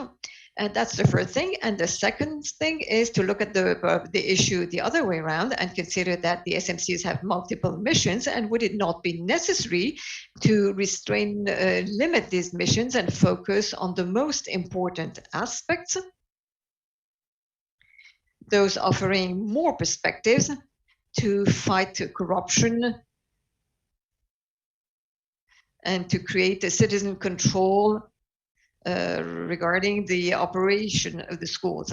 And the last point, which will also be mentioned tomorrow, is that no matter the situation, whatever the situation, you have the relay when the problem is identified. What happens? Whom should the SMCs turn to, or should they turn to some members of the SMCs? And if there is a struggle or a conflict between the members of the SMCs, whom should they turn to? So you have to talk about an accountability framework at the national and the local level, and the functioning of the school administration, which should be operational. And as we can see, this element is very present despite the development of these local and participatory structures at the level of the schools. This was just to quickly respond to your question. Thank you.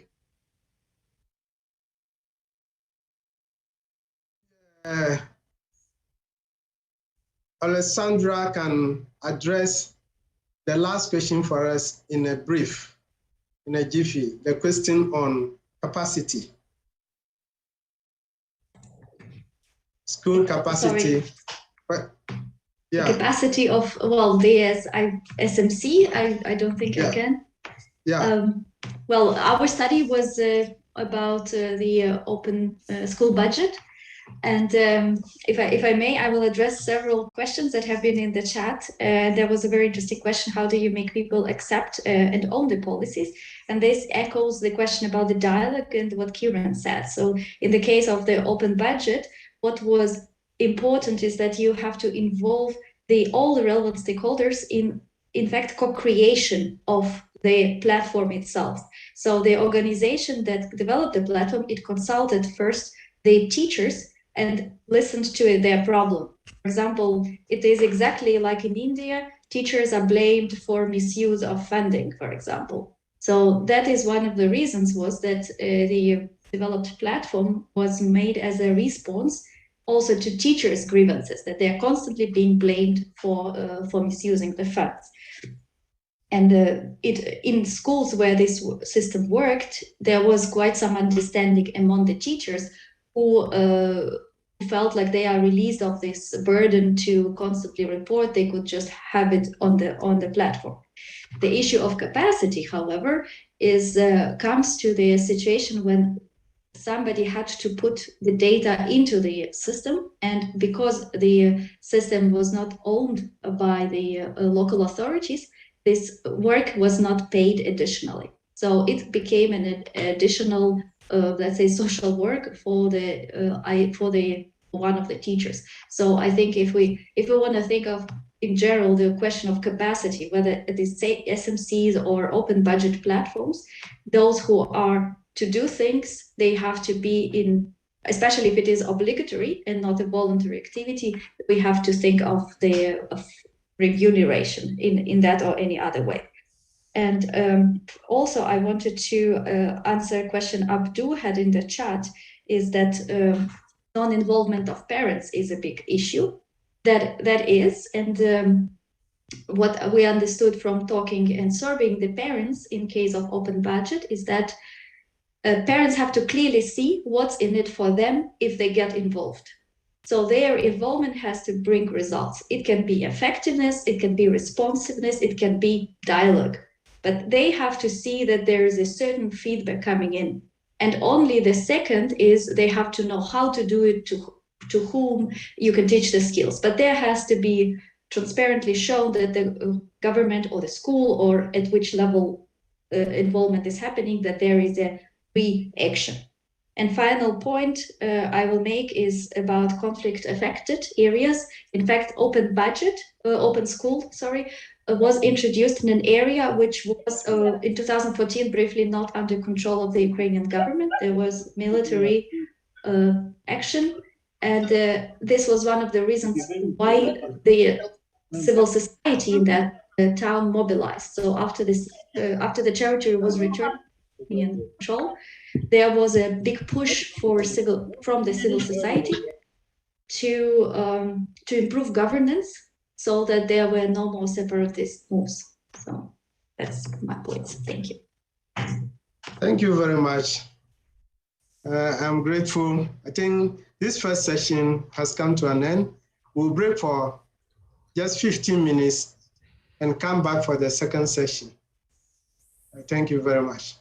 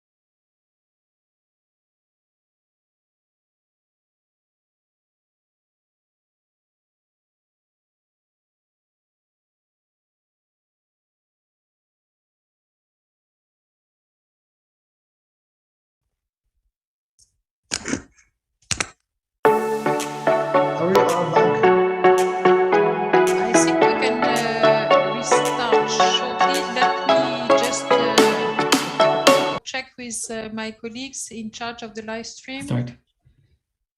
It's okay, we can start? Yes. Yeah, okay. Okay. Over to you, Edward, we can restart. Okay.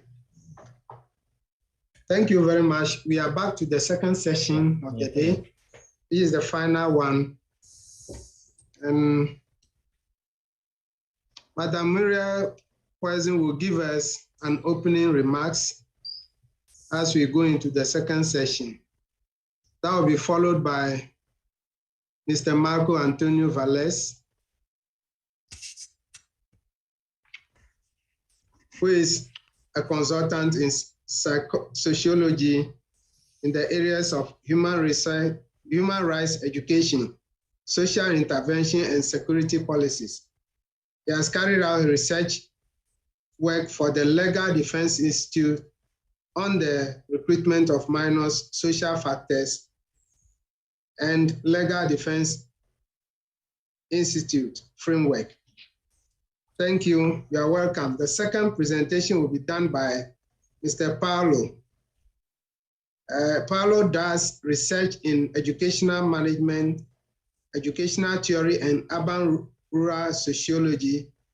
He currently runs research projects in heritage, tourism, and on higher education, coordinates the evaluation of social intervention projects and public policies. Thank you, gentlemen and lady. We can move on now, Madam Poison, if I mention it rightly. Yeah, with double S, Poison. Poison, okay. I like the two S. Okay. Thank you very much, Mr. Chair. So I just, again, wanted to provide some kind of, general overview of the topic that we will be discussing as part of this second panel session that will be devoted, as you mentioned, to how to ensure equal access and use of open government initiatives. So let me start with this first slide with different types of open objectives that then can be identified, from improving the quality of public services, which is a major objective, obviously, for open government initiatives, but also decreasing corruption and building trust within societies and between the different stakeholders that were mentioned in the previous panel. Secure more equal representation in decision-making, with all what has to do with allocation and use of resources, and finally, improving the quality of democracy. So these are 4 different objectives. And in the global survey that I mentioned to you previously, in which, we sent a questionnaire to about 40 different countries, that's one of the questions that we raised in the questionnaire. According to you, what is the most significant value of open government in education? And you see there were different options, from, less corruption, greater influence of different stakeholders like students or parents, better allocation of resources, better use of resources, better learning environment, greater fairness and equity, and finally, more inclusion of marginalized groups. And you see that throughout all the countries, there is one domain that really reached the top of it, which is the first one, more inclusion of marginalized groups, girls, minorities, people in vulnerable situations, and so on. And the second one that came very high, as you see on this graph, is greater fairness and equity in schools, which means that really the issue of equity is really at the core of what we're discussing as part of these open government initiatives. When we are talking about citizen participation, then the issue is to know, what are we really putting behind this word of participation, what citizen participation actually means. For this, I have decided to show you this graph that has been put together by Lee and Kwak in 2021. And that provides some kind of ladder of citizen participation, from just providing some kind of initial enabling conditions for participation to take place, to data transparency and providing access to people, to open participation when people are involved in meetings, consulted, and so on, to open collaborations when they're really starting to have a say in the system, up to ubiquitous engagements when they are not only listened to, but also are playing a role in the kind of solutions that at the end of the day are taken. So on this issue of citizen participation, again, some of the results from the global survey that was carried out as part of this research. As you see, nearly 30% of all the respondents indicated that citizen participation in the management of the education in their country was very low or almost non-existent. So not the majority of it, but still a very significant part of it, almost half of them, mentioning that, citizen participation is still something extremely remote in the way the management of the education sector of the country is handled. Only 5% that deemed the level of citizens' participation to be excellent, so a very small minority of it. Almost 60% of respondents from what we call more open states using different types of criteria think that the chances to get engaged are good to excellence for all group of society. So of course, a much higher percentage, but still not that high. And around 70% of respondents working at ministries thinking that the level of citizen participation in education management is good to excellent, while only 30% from the same countries, coming, for instance, from PTA's association, considering that actually this is the case. So those contrasting figures to show that, clearly the perception of open government and how open are opportunities for citizens to engage in varies a lot according to the group of stakeholders. Now coming more specifically to the issue of gender and how to ensure that there is a good balance in terms of engagement both of males and or females as part of the process. On those slides that are coming from the IIEP case studies, I wanted to show you the contrast from two different countries. As you see on the left-hand side, the results coming out from the case study carried out in Madagascar, and on the right one from Ukraine. And on the figures, they show how important in the involvement of people by gender for different steps in the development of the open government initiative that were analyzed, from coming up to the idea of the initiative, designing it, participating in its implementation, overseeing it, and giving suggestions for improvement. So you see that, in both cases, people are mostly involved in the implementation side of it, rather than really on the design side or on how to monitor the initiative or to provide suggestions for improvement. But what is interesting from a gender reading of these figures is that we have some kind of an opposite situation between Madagascar and Ukraine, where, as you see in the case of Ukraine, women have declared that they have been quite heavily involved in the initiative, much more than men that actually are almost inexistent in the figures. While in the case of Madagascar, it's more balanced, and clearly there is a much more important implications of males in this type of initiatives compared to that of women. So of course there are socio-cultural factors that need to be taken into account whenever you're talking about equity issues as regard citizen participation in this type of initiative. And again, coming now from the 5 different case studies developed as part of this research from Peru, Portugal, India, Madagascar, and Ukraine, one of the questions that was raised to school actors were, do you feel empowered to make changes to the education sector? And those that responded, yes, I felt empowered. So you see, the case of India, where clearly it's the results are quite striking compared to the others in the fact that people mentioned that they really felt empowered through the project. It's much more reduced in the case of other countries. And again, from a gender perspective, we see quite different situations in India, where clearly males have declared in a much more important way that they felt empowered compared to women, even if both are very well represented in that case. While in Peru, it's more or less balanced between the two. Portugal, it's also quite well balanced, but with more female than males declaring that they felt empowered.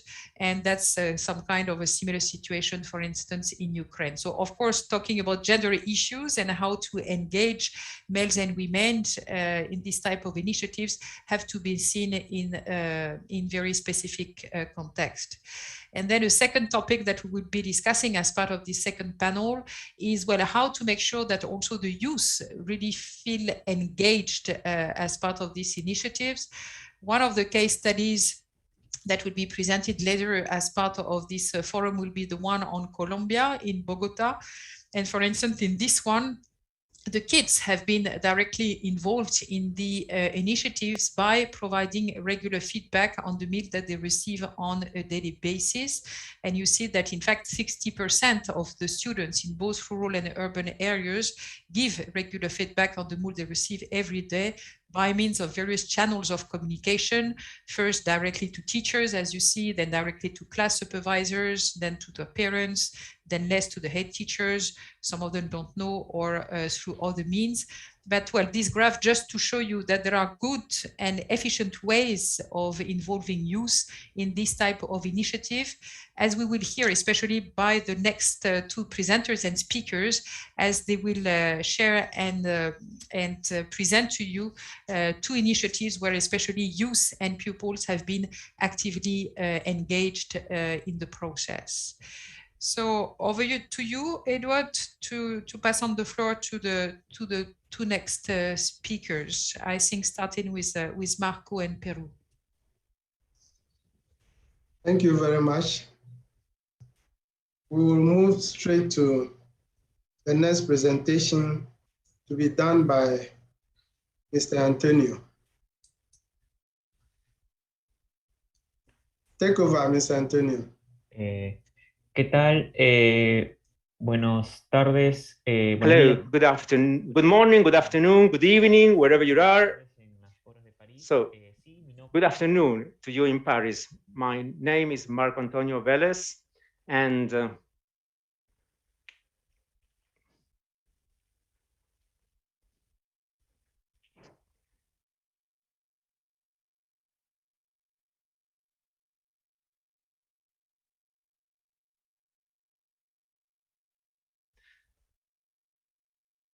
okay then. I hope you can hear me loud and clear. Good, thank you. Okay then.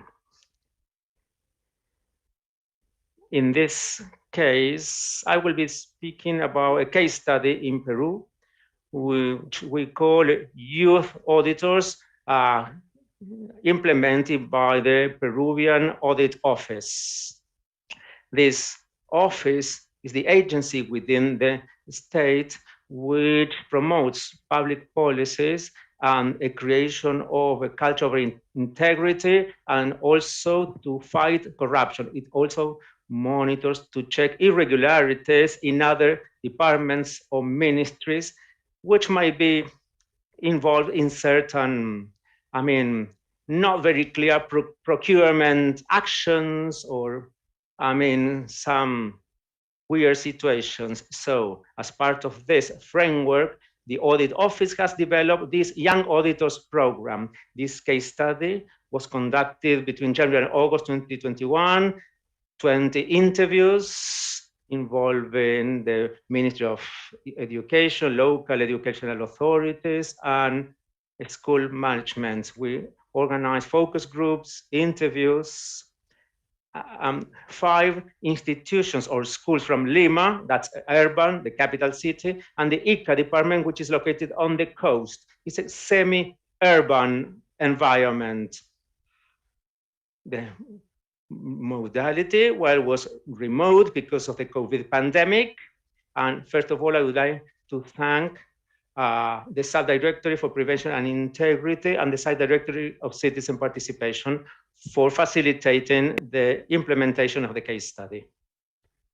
In Peru, we have a legal framework, especially after the 2000 decade, when we discovered all the corruption that had taken place back in the 90s.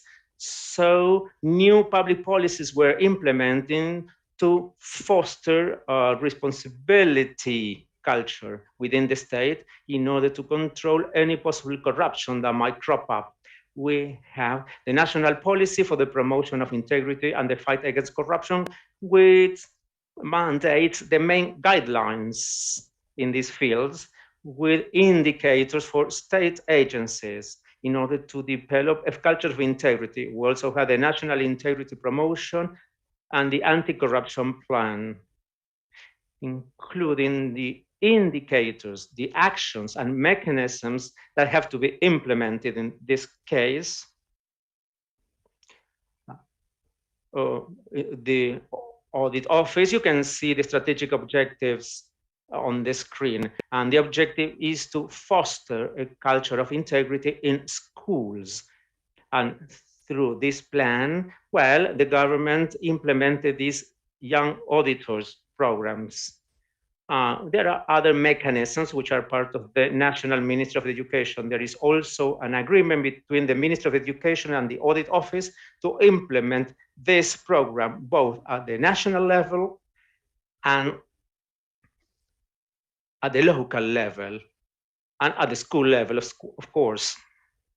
Now, youth or young auditors. Well, this program was created by the General Audit Office back in 2010, targeting students in high school, secondary school, between the ages of 13 and 16. This program has a big objective to promote this culture of ethic, values, civic participation, engagement, based on open government and open government values, transparency, engagement, and monitoring, oversight as well. But, you know, at the very beginning, this did not take place within the open government framework. The main objective at the beginning is promote this kind of culture among youngsters to avoid the development of corruption at school. Here we can see the testimony of a student. I think the program is useful because it allows young people to take part in civic life and express their opinions and views. It also allows them to keep an eye on the issues that affect society. Here we see some results for January to 2010 to January 2021. You can see the number of schools, over 4,000 teachers, over 500,000 students, young inspectors or auditors who have been given specific training. And you can see oversight or inspection missions, over 100,000, and over 110,000 parents involved in the initiative. You can see these figures have been updated to October 2021.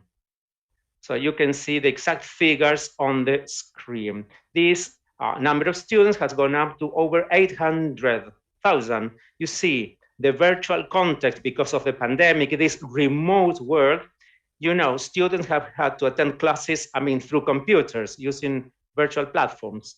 This has caused an expansion of the program nationwide.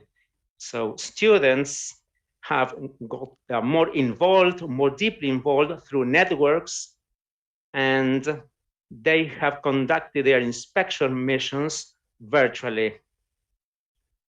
So as you will see, engagement, participation has grown considerably. However, dynamics in face-to-face and remote worlds are different.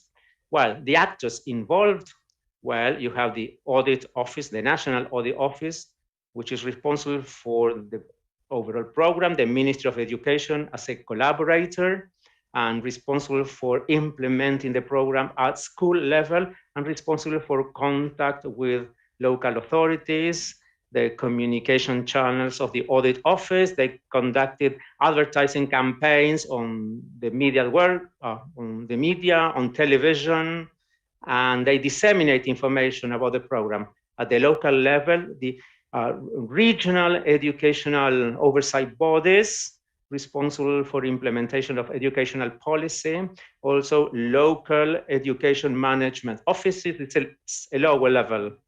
And then the school level, when you have the main actors, students, teachers, especially those teachers involved in civic education, and also parents.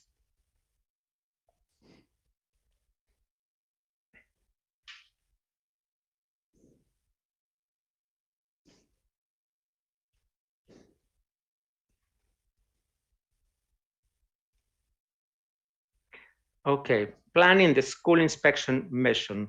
How do we implement this program at schools? Well, the tool to measure results is that inspection mission or oversight mission. In this case, students are given special training by teachers, and they are taught how to observe, how to detect irregularities in the school. They should take note, jot down or complete a form. Then they draft a report, and they monitor the situation to see if these irregularities have been rectified regarding a specific topic or subject matter. For example, in the case of face-to-face mission, teachers were first given training. After they got their training, they had visited schools, they created this group of students in each section, and they conducted this inspection on a specific topic. For instance, the operation of the school canteen, for instance, or I don't know, earthquake drills. The signals for the school exit or emergency exit, or dengue fever campaigns, if the ministries or the municipalities provide information or provide, awareness campaigns. For example, cleanliness, hygiene. If the toilets, for instance, were clean in a good condition, or food programs or school meals. In the case of state schools, there is a school program to provide, for example, breakfast to students. So in that condition, they check if the food was in a good condition, if the breakfast arrived in time, if it was enough for all the students in the school. So this was the inspection, or the school inspection. The first area was awareness. Students were given training on how to detect or how to increase awareness. Then, secondly, the planning of the mission. So the topics were chosen, a time frame was determined, the objectives, the mechanism, the actions, and students were given the forms they had to fill in. And then the preparation of the mission report later. And students, for example, go to the canteen and they check if the food is in good condition, if everything is edible, if there is no contamination or what have you. And then the mission report, then students completed the forms and they gathered all the results, positive and negative results. And this mission report was then forwarded to the authorities. Once the results were communicated, the school principal or the local authorities share the results, and they had to find a way to deal with the negative results. To resolve the issues or the problem that was detected. Then the monitoring stage to see if students had done a good job or not. And then, for example, if the students detected that the canteen was not in a good condition, if the toilets were too dirty or too grimy, they did some follow-up to see if this condition was reversed, if the issue was resolved. Because sometimes there was no water in the toilets. So Then at a later stage, a check was done to see if the issue had been resolved. And so this school inspection mission is the tool through which the youth auditors program is channeled. This took place in the virtual world. It was remote. Yeah, a form had to be completed. For example, this mission on electoral advertising, because new elections were conducted to elect a president and congressmen. Also an inspection on public cleaning, the delivery of tablets. In the case of Ministry of Education, as we live in a virtual world, some students don't have good connectivity or don't have certain devices to be able to attend lessons. So they are given tablets, a virtual inspection, accessibility and bicycle lanes. This is an inspection not only of the school, but of the catchment area. Also a virtual inspection, learning strategies. This was conducted in October.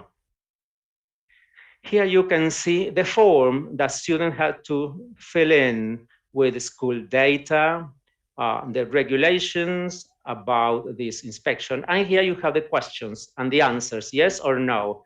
I don't know, here in the case of the cafeteria or the canteen, do they offer good vegetables? The vegetables are in good condition, legumes, dry fruits, if the food or the meal has been well prepared, and then they answer yes, no, yes, no, yes, no.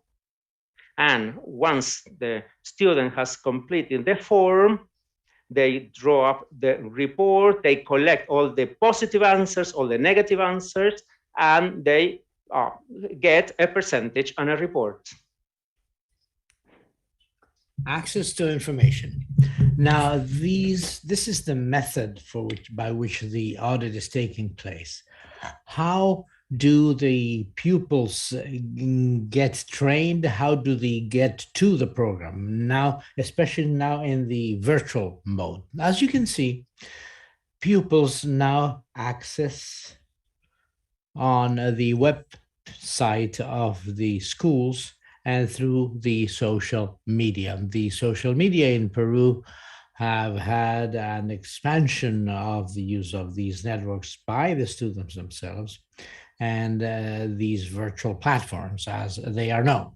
Now, the level of involvement, well, this is related with what Muriel said before, where the students participate more in the implementation of the program, both in Lima and Ica. We haven't had that many differences, but we can see that 69.4% of all students are involved in some way in the implementation of the Young Auditors program. This is quite a high level. Very little involvement, 25%, 23 not at all, and 10 do not answer. On the other hand, we haven't had the exclusion of marginal groups. Here, the inclusion policies are indeed being developed throughout the study. Excuse me? I will conclude.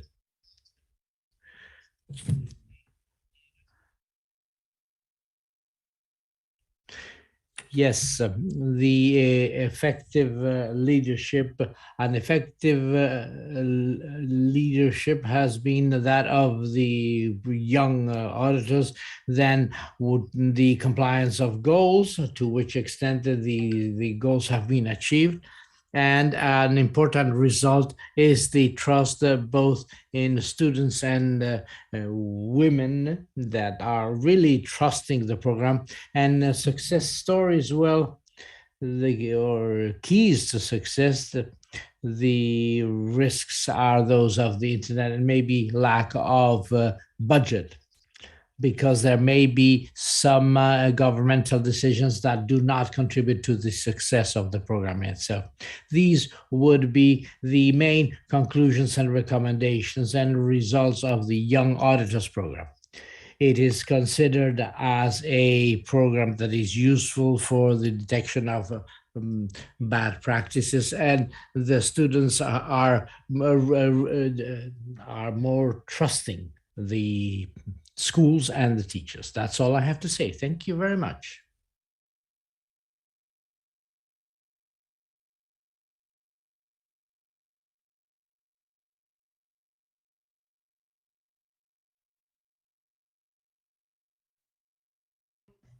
We'll move straight to the next presentation from Mr. Paulo. Thank you.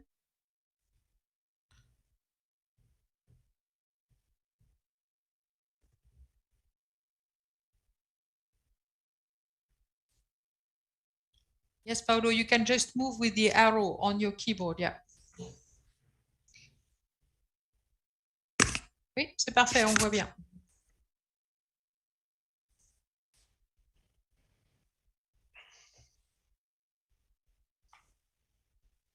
Vous m'écoutez? Oui, on Can you t'entend. hear me? Yes, we can hear you now. We can hear you now. Thank you. I was thanking Muriel, in fact. And I also would like to thank IIEP for having invited me to this forum. I'm going to give you a review of participatory budgeting in schools in Portugal. To start off with, I'm going to talk about open government experiences in Portugal. So the first experience was the Youth Parliament program that was launched in 1995. This is an experience aimed at young people in primaries between 10 to 14 years old, and secondary education as well, between 15 to 18. So that was the target population.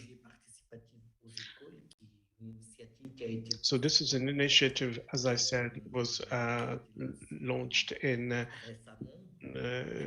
So the participatory budget initiative also is an initiative that was launched recently. Now, what are the experiences of open government in Portugal? Can I say that Portugal is being part of an open government partnership since December 2017. So the multi-stakeholder initiative was launched in 2011, and after 2077, the open government initiatives really gained ground, not only in the sphere of education, but also in a broader sense of the term. So in 1995, we had the Youth Parliament Initiative. We also had in 2014, even before Portugal was part of the initiative, Portugal did participate in certain participatory budget initiatives, and in 2017 you had the participatory budget, which was a national initiative, and there was the initiative for students between 12 to 18 that participated in 2017 in the participate school objective, is a school budget. Now, what are the objectives of the Youth Parliament? These objectives, basically, it's about the green budget, open budget, and this initiative.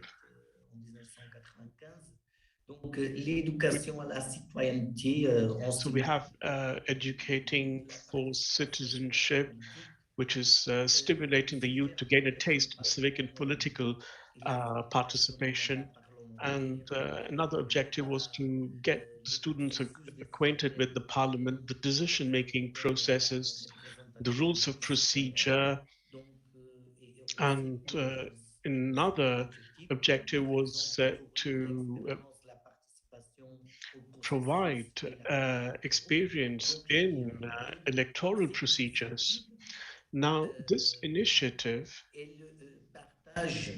en gros, les objectifs has the objectives that we can note in the open government objectives in other sectors. Now, this initiative was developed within the framework of schools with students. But what's different from the participatory budget initiative is that even though this was developed at the national level,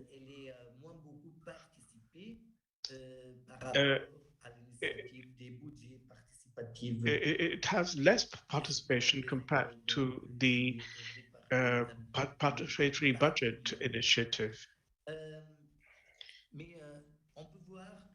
Now, we can see that the participatory school budget has several objectives. It's about stimulating students' democratic participation by enhancing their opinion and their capacity for arguments, the capacity to think, and also perform the collective mobilization, and also to give them practical knowledge of certain democratic mechanisms.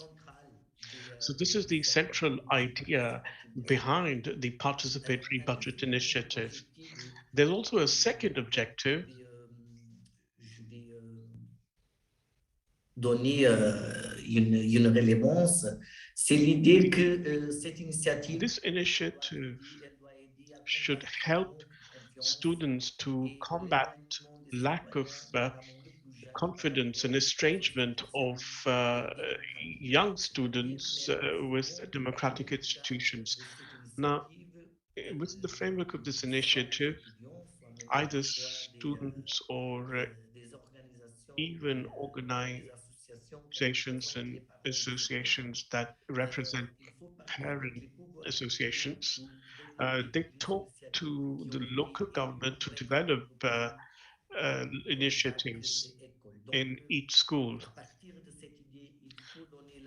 So you really have to give the voice to these students, and you also have to strengthen democratic governance by promoting students to participate. So students would have budgets, they would have about 500 euros, and they really have to develop ideas, even though these ideas are not properly thought, or these are not validated by the school principal.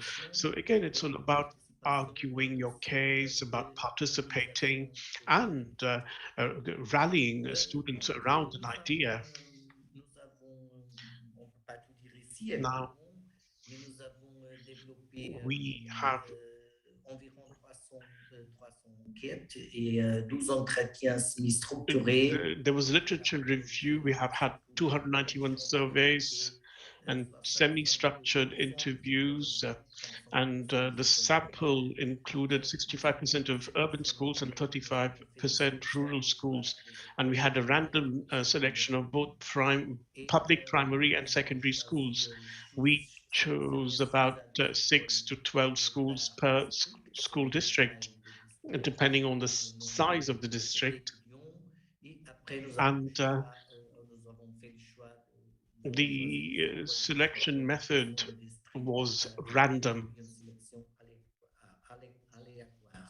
À votre gauche, vous avez donc to your left, you have the groups that were surveyed. So 14% of head teachers, 33% were the members of the school management committee. We also had members of PTA teachers, parents, and student representatives and students.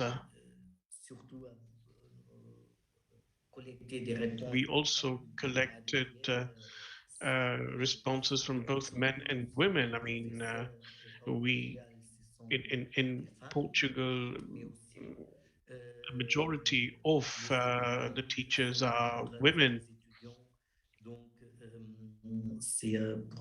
So this is why you have a higher percentage of women here. And you've got the distribution by age as well. So what were the results of this this case study?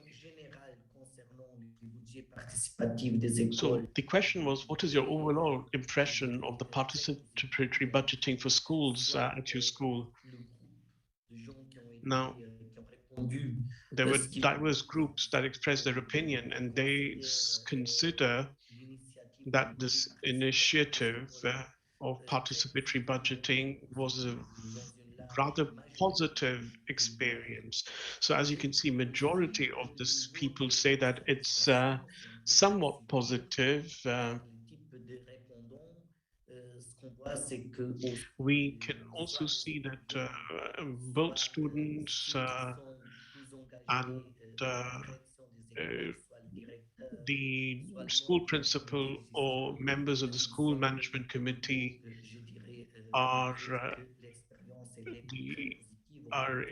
feel that the experience is very positive or rather positive or somewhat positive.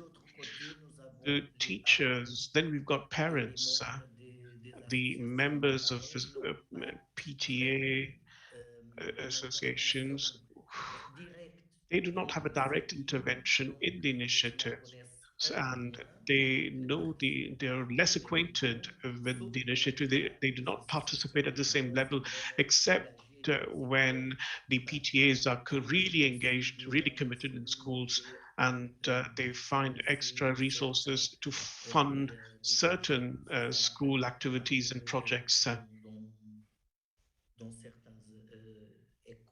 And this happens in certain schools and in certain areas. Now, with regards to the results, again, I'm going to underline the fact that there was another question that was asked. In your opinion, has the initiative achieved its goals so far? So 5 years, most say yes. And then you've got 1/3 that say some objectives have been achieved, but not all of them. And it's very difficult to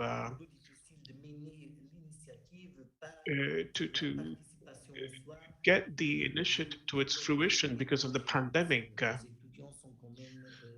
The students have been indoors in their homes, and there were hardships in implementing the initiative. Now, what are the perception of achieved goals by type of respondent? Now, parents often do not know to answer this question, and the opinion of students or the members of school management committees or the school principal feel that they perceive that the objectives have been achieved. A few conclusions now, in order to wind up my presentation and to respect my speaking time. In Portugal, the open government initiatives in the field of education started 25 years ago with the youth parliament, even though it was quite different with respect to the more detailed school budgeting initiative. Portugal adopted at national and local level as of 2014 the practice of participatory budgets. Now, this has been democratized all over the country. At the national level, this initiative encountered several problems and it was cancelled. We had the participatory budget and if the et des idées qui ont été discutées ici. Donc, plus l'initiative... If the initiative is local, the more the initiative is local and it's been designed locally, the chances of success are greater in terms of participation and in terms of its sustainability as well, because the experience we had with this national level initiative, so the national participatory budget for the whole country, in fact, this national initiative encountered problems. It was actually cancelled and it was resumed on a completely new basis in 2021. And at the local level, whether it's the municipalities or parish halls, the participatory budgets continue to be applied. And we have very often youth participatory budgets in parish halls and municipalities. And this is again becoming a very common feature. And this really ropes in the participation of youth. The most emblematic and widespread measure of open government in education is the participatory budget in schools that has been taking place since 2017. 90% of the Portuguese public schools have participated in at least one edition of the initiative, and 60% of the schools have organized discussions on participatory budgets for schools. I chose this indicator to show you that, to show you the success rate, the rate of participation shows you the success rate of this initiative. We've got many initiatives that are launched that are discussed in students group. Now, there are rules to present a new proposal, and even though there was the pandemic, we encountered certain obstacles. This initiative was running. In each of the editions, there have always been more than 200,000 students who cast their votes. And this again is an excellent participation rate. It's really high because our schools do not do this every year, but in each edition, the participation rate is spectacularly high. So this is where I end my presentation, and I'm completely available for any questions if you would like any more specific information. Thank you so much for your kind attention.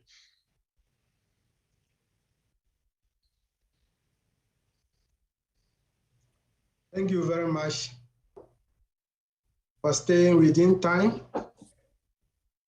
We would move forward to invite Ms. Ahire Chaudhry, who I've already introduced earlier on mistakenly. So Ms. Ahire Chaudhry, forgive me if I don't mention your name well. Take over and run out for us with the discussion. Thank you. Thank you. Thank you so much. And thank you for introducing me even before my time had come. I was rather surprised to be called upon, but thankfully Muriel sort of intervened. So thank you for this opportunity, and thank you for IIEP for inviting me to this session. And thanks to both the presenter for their wonderful and insightful presentations. So I would first possibly talk about the school inspection program that was presented in Peru. And I think it was a very interesting presentation to hear about how students were involved in doing school inspection. And it's almost like an audit.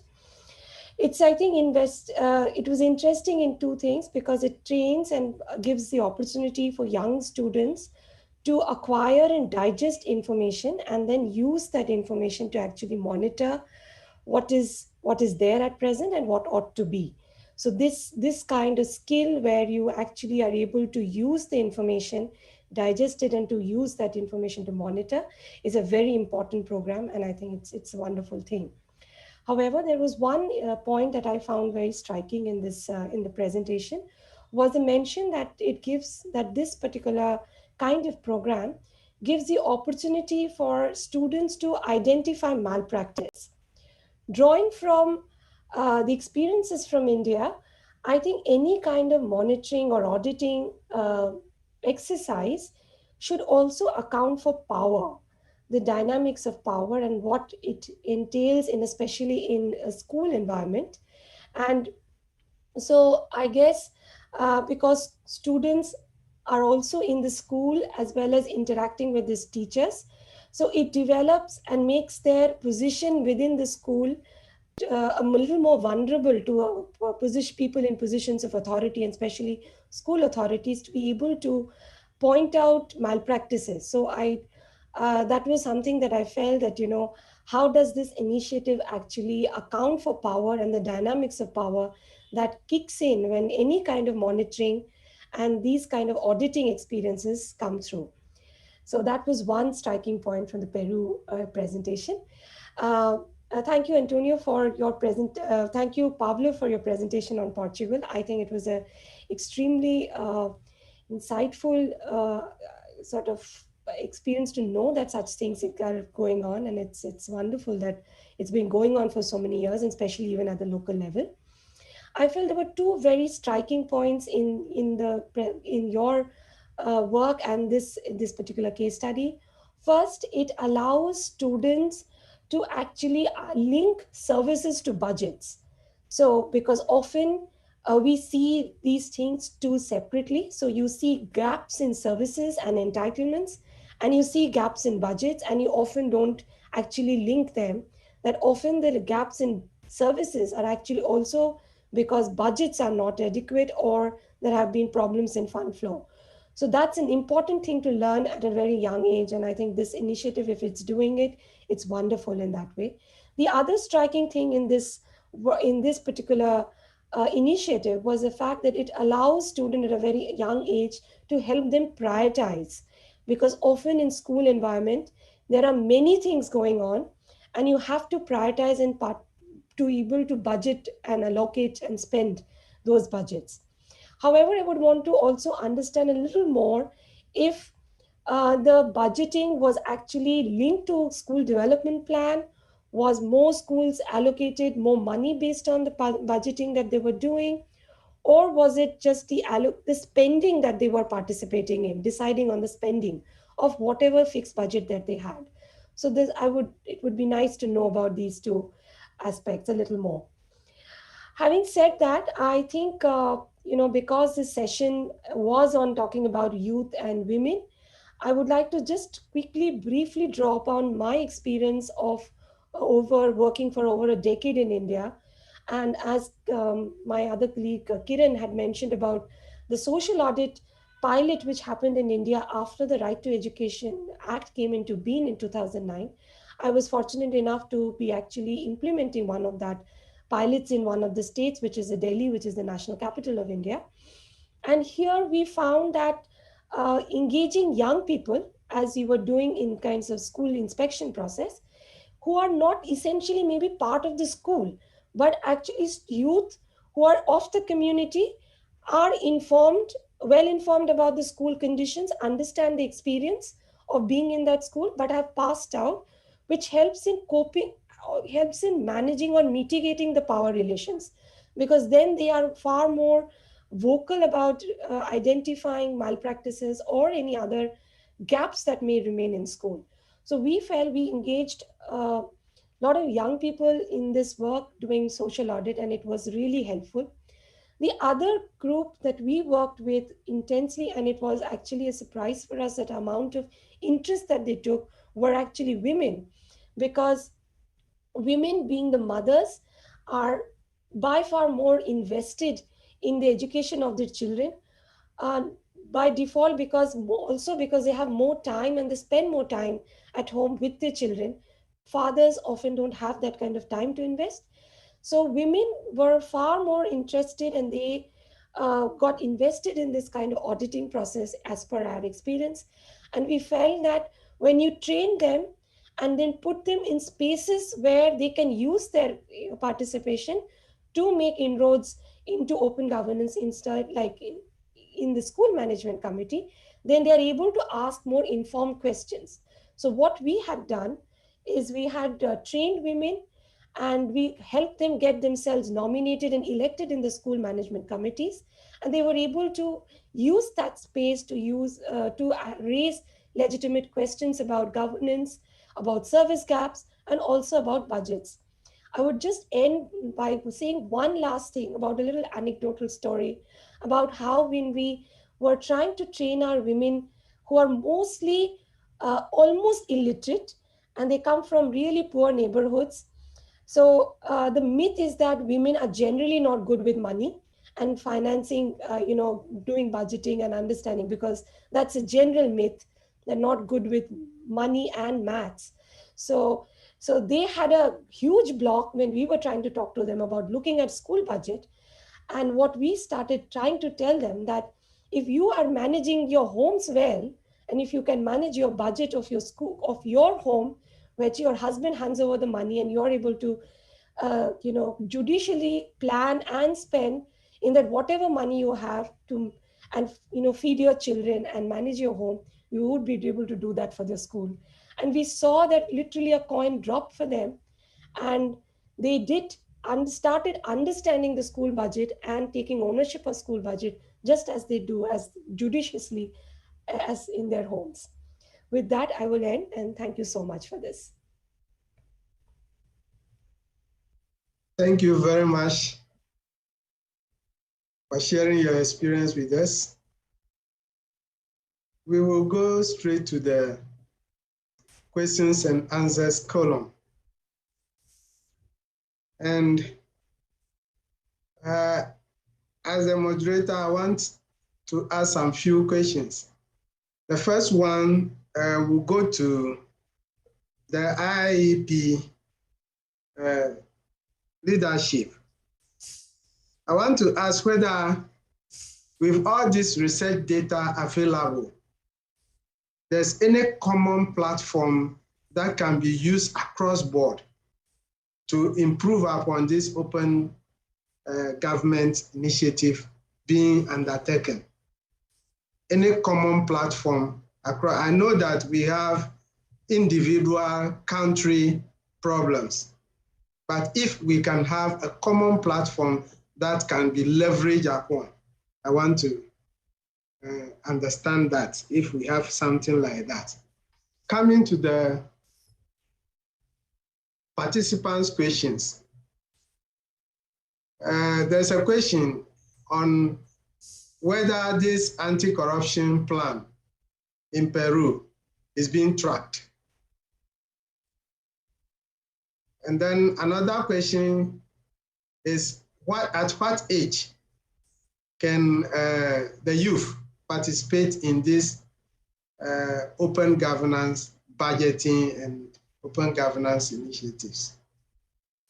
Then the last question I see on my platform is, do people get access under the two initiatives presented in Peru and Portugal?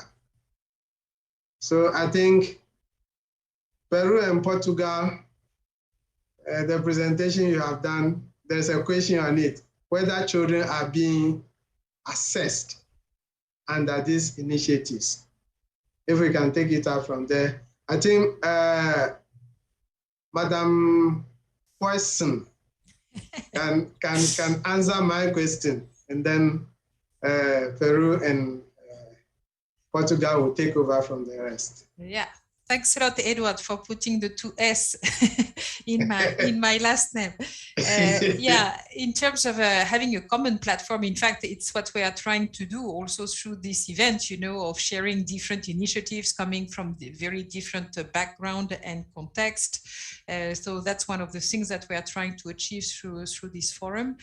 And also to tell to all the people that are attending that there will be a systematic comparative analysis of all the cases that are being shared with you that would be made available in 2022, trying really to draw some kind of common lessons from all of those experiences. And more globally speaking, but maybe I will tell all the participants more at the end of the forum that we have also an online platform that is called the Ethico, where you can find all kinds of resources related to transparency, accountability, and a variety of initiatives from all regions of the world. And well, as a way also to move towards the establishment of some common platform around those issues. And if I may, Mr. Chair, I think that, well, the different questions that were on the chat were very important one, and it's very interesting to hear from Paulo and Marco about it. And I think Aili also in her presentations made several comments and questions, in fact, to the two colleagues, and I'm sure they would be happy to respond to those.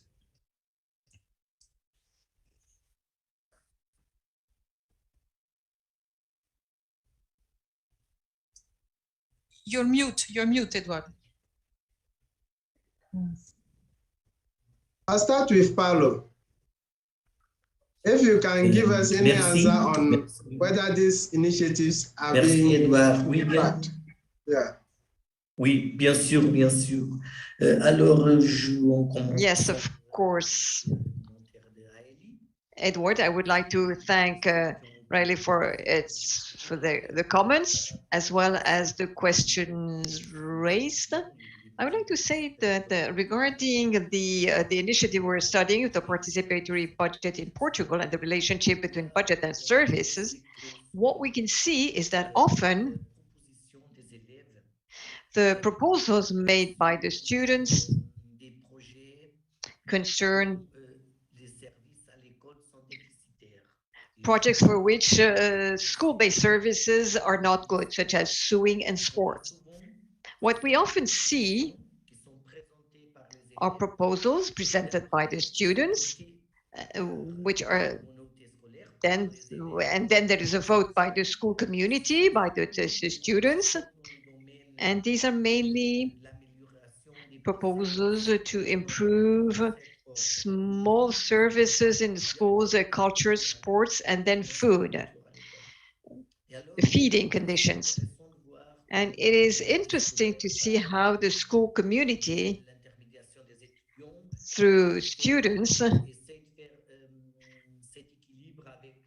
will try to create this balance with the existing services in the schools.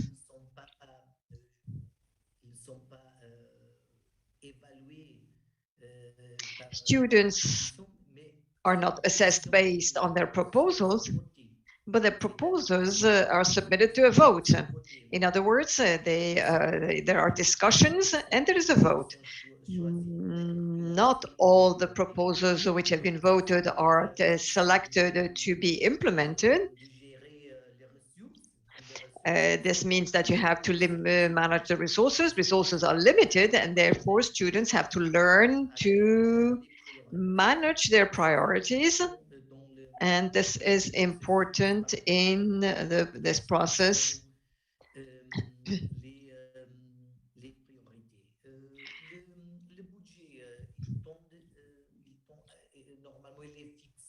The budget is normally fixed. It has to do with the dimension of the school, one of the variables being the dimension of the school. What often exists is the involvement of the parents-teachers associations or the municipality, the local council. supporting projects which require more funds. But regarding the national initiative, the only variable which really makes a difference is the size of the school in relation to the number of students present in the school.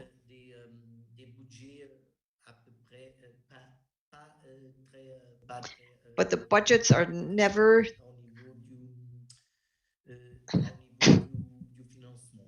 the funding of these projects is not always different. Regarding the other questions raised, I would like to say that we have some experience which shows that even if we've tried to discuss participatory budgets with children aged 8, 9, or 10, it did not really work very well. But as of the age of 11, it works, which is the reason why in our schools we mainly deal with children aged 12 to 18, because when children are 12, they start having certain ideas. They know how to discuss the ideas. They know how to communicate. Even if you compare them with adults, I would say it's very interesting compared to what IIE said. And I very often support a certain number of projects, and the last time I was there was mainly women who really made something with money, because you often hear that $1 in the hands of a poor woman is not the same thing that $1 in the hands of a man. It's probably true on the field if you look at this initiative, because very often what we see is that the girls' participation is more often higher, their involvement is higher than other people in our society. And this is something that is quite interesting. And to conclude, yes, there is another question. You have projects involving the family, but not regarding budgeting. Budgeting is an initiative that comes from the students and that is for the students, but there are other initiatives with participatory budgets at the level of the council, the town council, and the parish. And this very often they involve the community and the school. The school is part of the community. And we see these opportunities at the level of the participatory budget, but not at the level of the school's participatory budget. This has to do with the students and with the school community in the school. Thank you very much, Mr. Paulo. I'll move to Mr. Antonio. If you can give us a reaction on whether these things are being tracked at Peru. Sí, bueno, en Perú, con respecto a la primera pregunta. Well, in Peru, in terms of the first question, whether there is any follow-up on the anti-corruption plan, yes. And actually, the latest report was published last year in 2020, and that was done by the chair of the Cabinet of Ministers, which is part of the executive branch and is in charge of the other ministries we have at the state level, so education, health, technology, etc. So through the Secretariat for Integrity, the PCM presented a plan that presents the results. Among others, we have regulations on the affidavits of the interests of the public authorities that's in compliance with the OECD's regulations, but we also have a digital platform on transparency, which is being developed currently. So we do have monitoring of the anti-corruption plan in the different regions of Peru.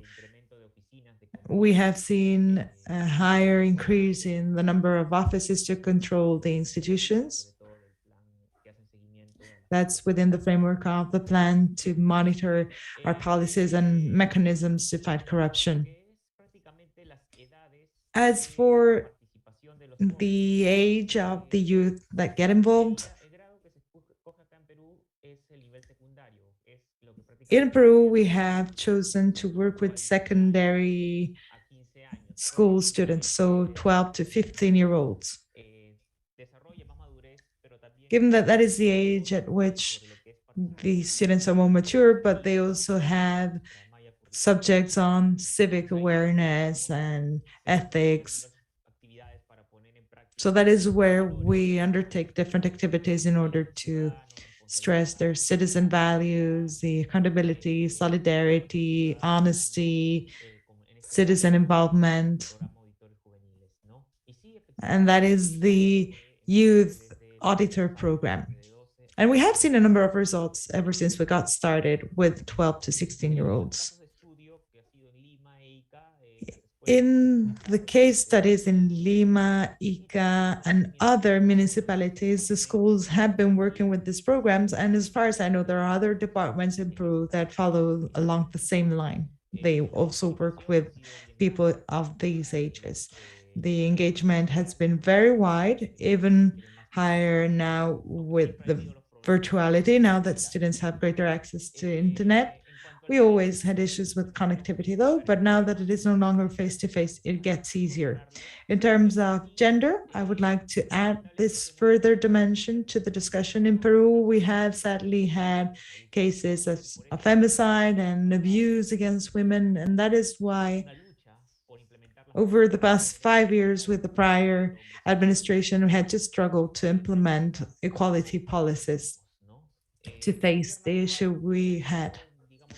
The current administration is a bit weak in terms of those initiatives, but we do, however, have other stakeholders such as the media and other political parties which monitor the cases of claims on discrimination against women. So our gender policy has been one of the main features of Peru over the past 5 years.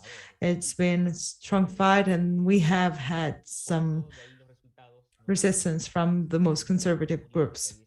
That's why we see those results that Dr. Muriel was quoting, where we see a balance. So we are struggling to reduce the gap and to find a balance. Working with the youth at schools has allowed us to generate greater trust with teachers, and we haven't seen any great differences. So we have a trend towards that balance. And then as for the last question, whether the students are assessed, in the case of Peru, with the initiative of the youth auditors, what we have been doing is that in the report, there is an embedded assessment mechanism, both in terms of how the student engages and how he reports the results to the authorities. Following that, we have some follow-up to see whether the observations that they found were enacted. As for the assessment and examination in depth, that is within the education ministry's remit, but that is what informs the students. We see that in the citizen engagement and ethics subjects, we give them credits for this program and their engagement thereby. So that is, in general terms, what we have seen thus far, and that is pretty much what I presented. Thank you for your attention, and I hope my answers were relevant. Thank you very much, Mr. Marco.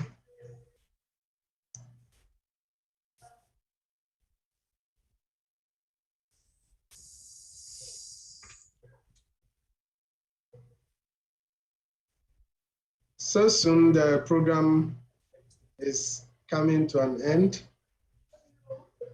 There's a last question on the chat.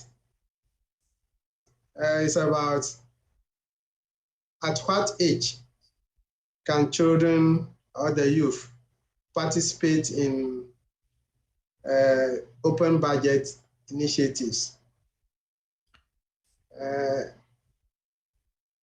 And then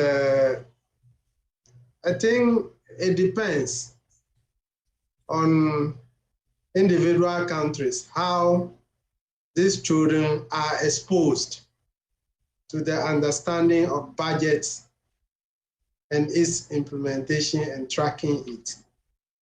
If they are exposed from, let's say, age 5 to 6, they can, by 8 years, they should be able to start participating in those activities.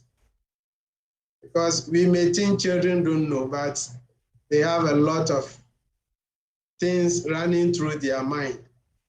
Once you begin to agitate their brains, they should be able to come on board. So my answer to that question would be, it will depend on how early they are exposed. I don't know whether Madam Muriel Poisson have any answer to that. Yeah.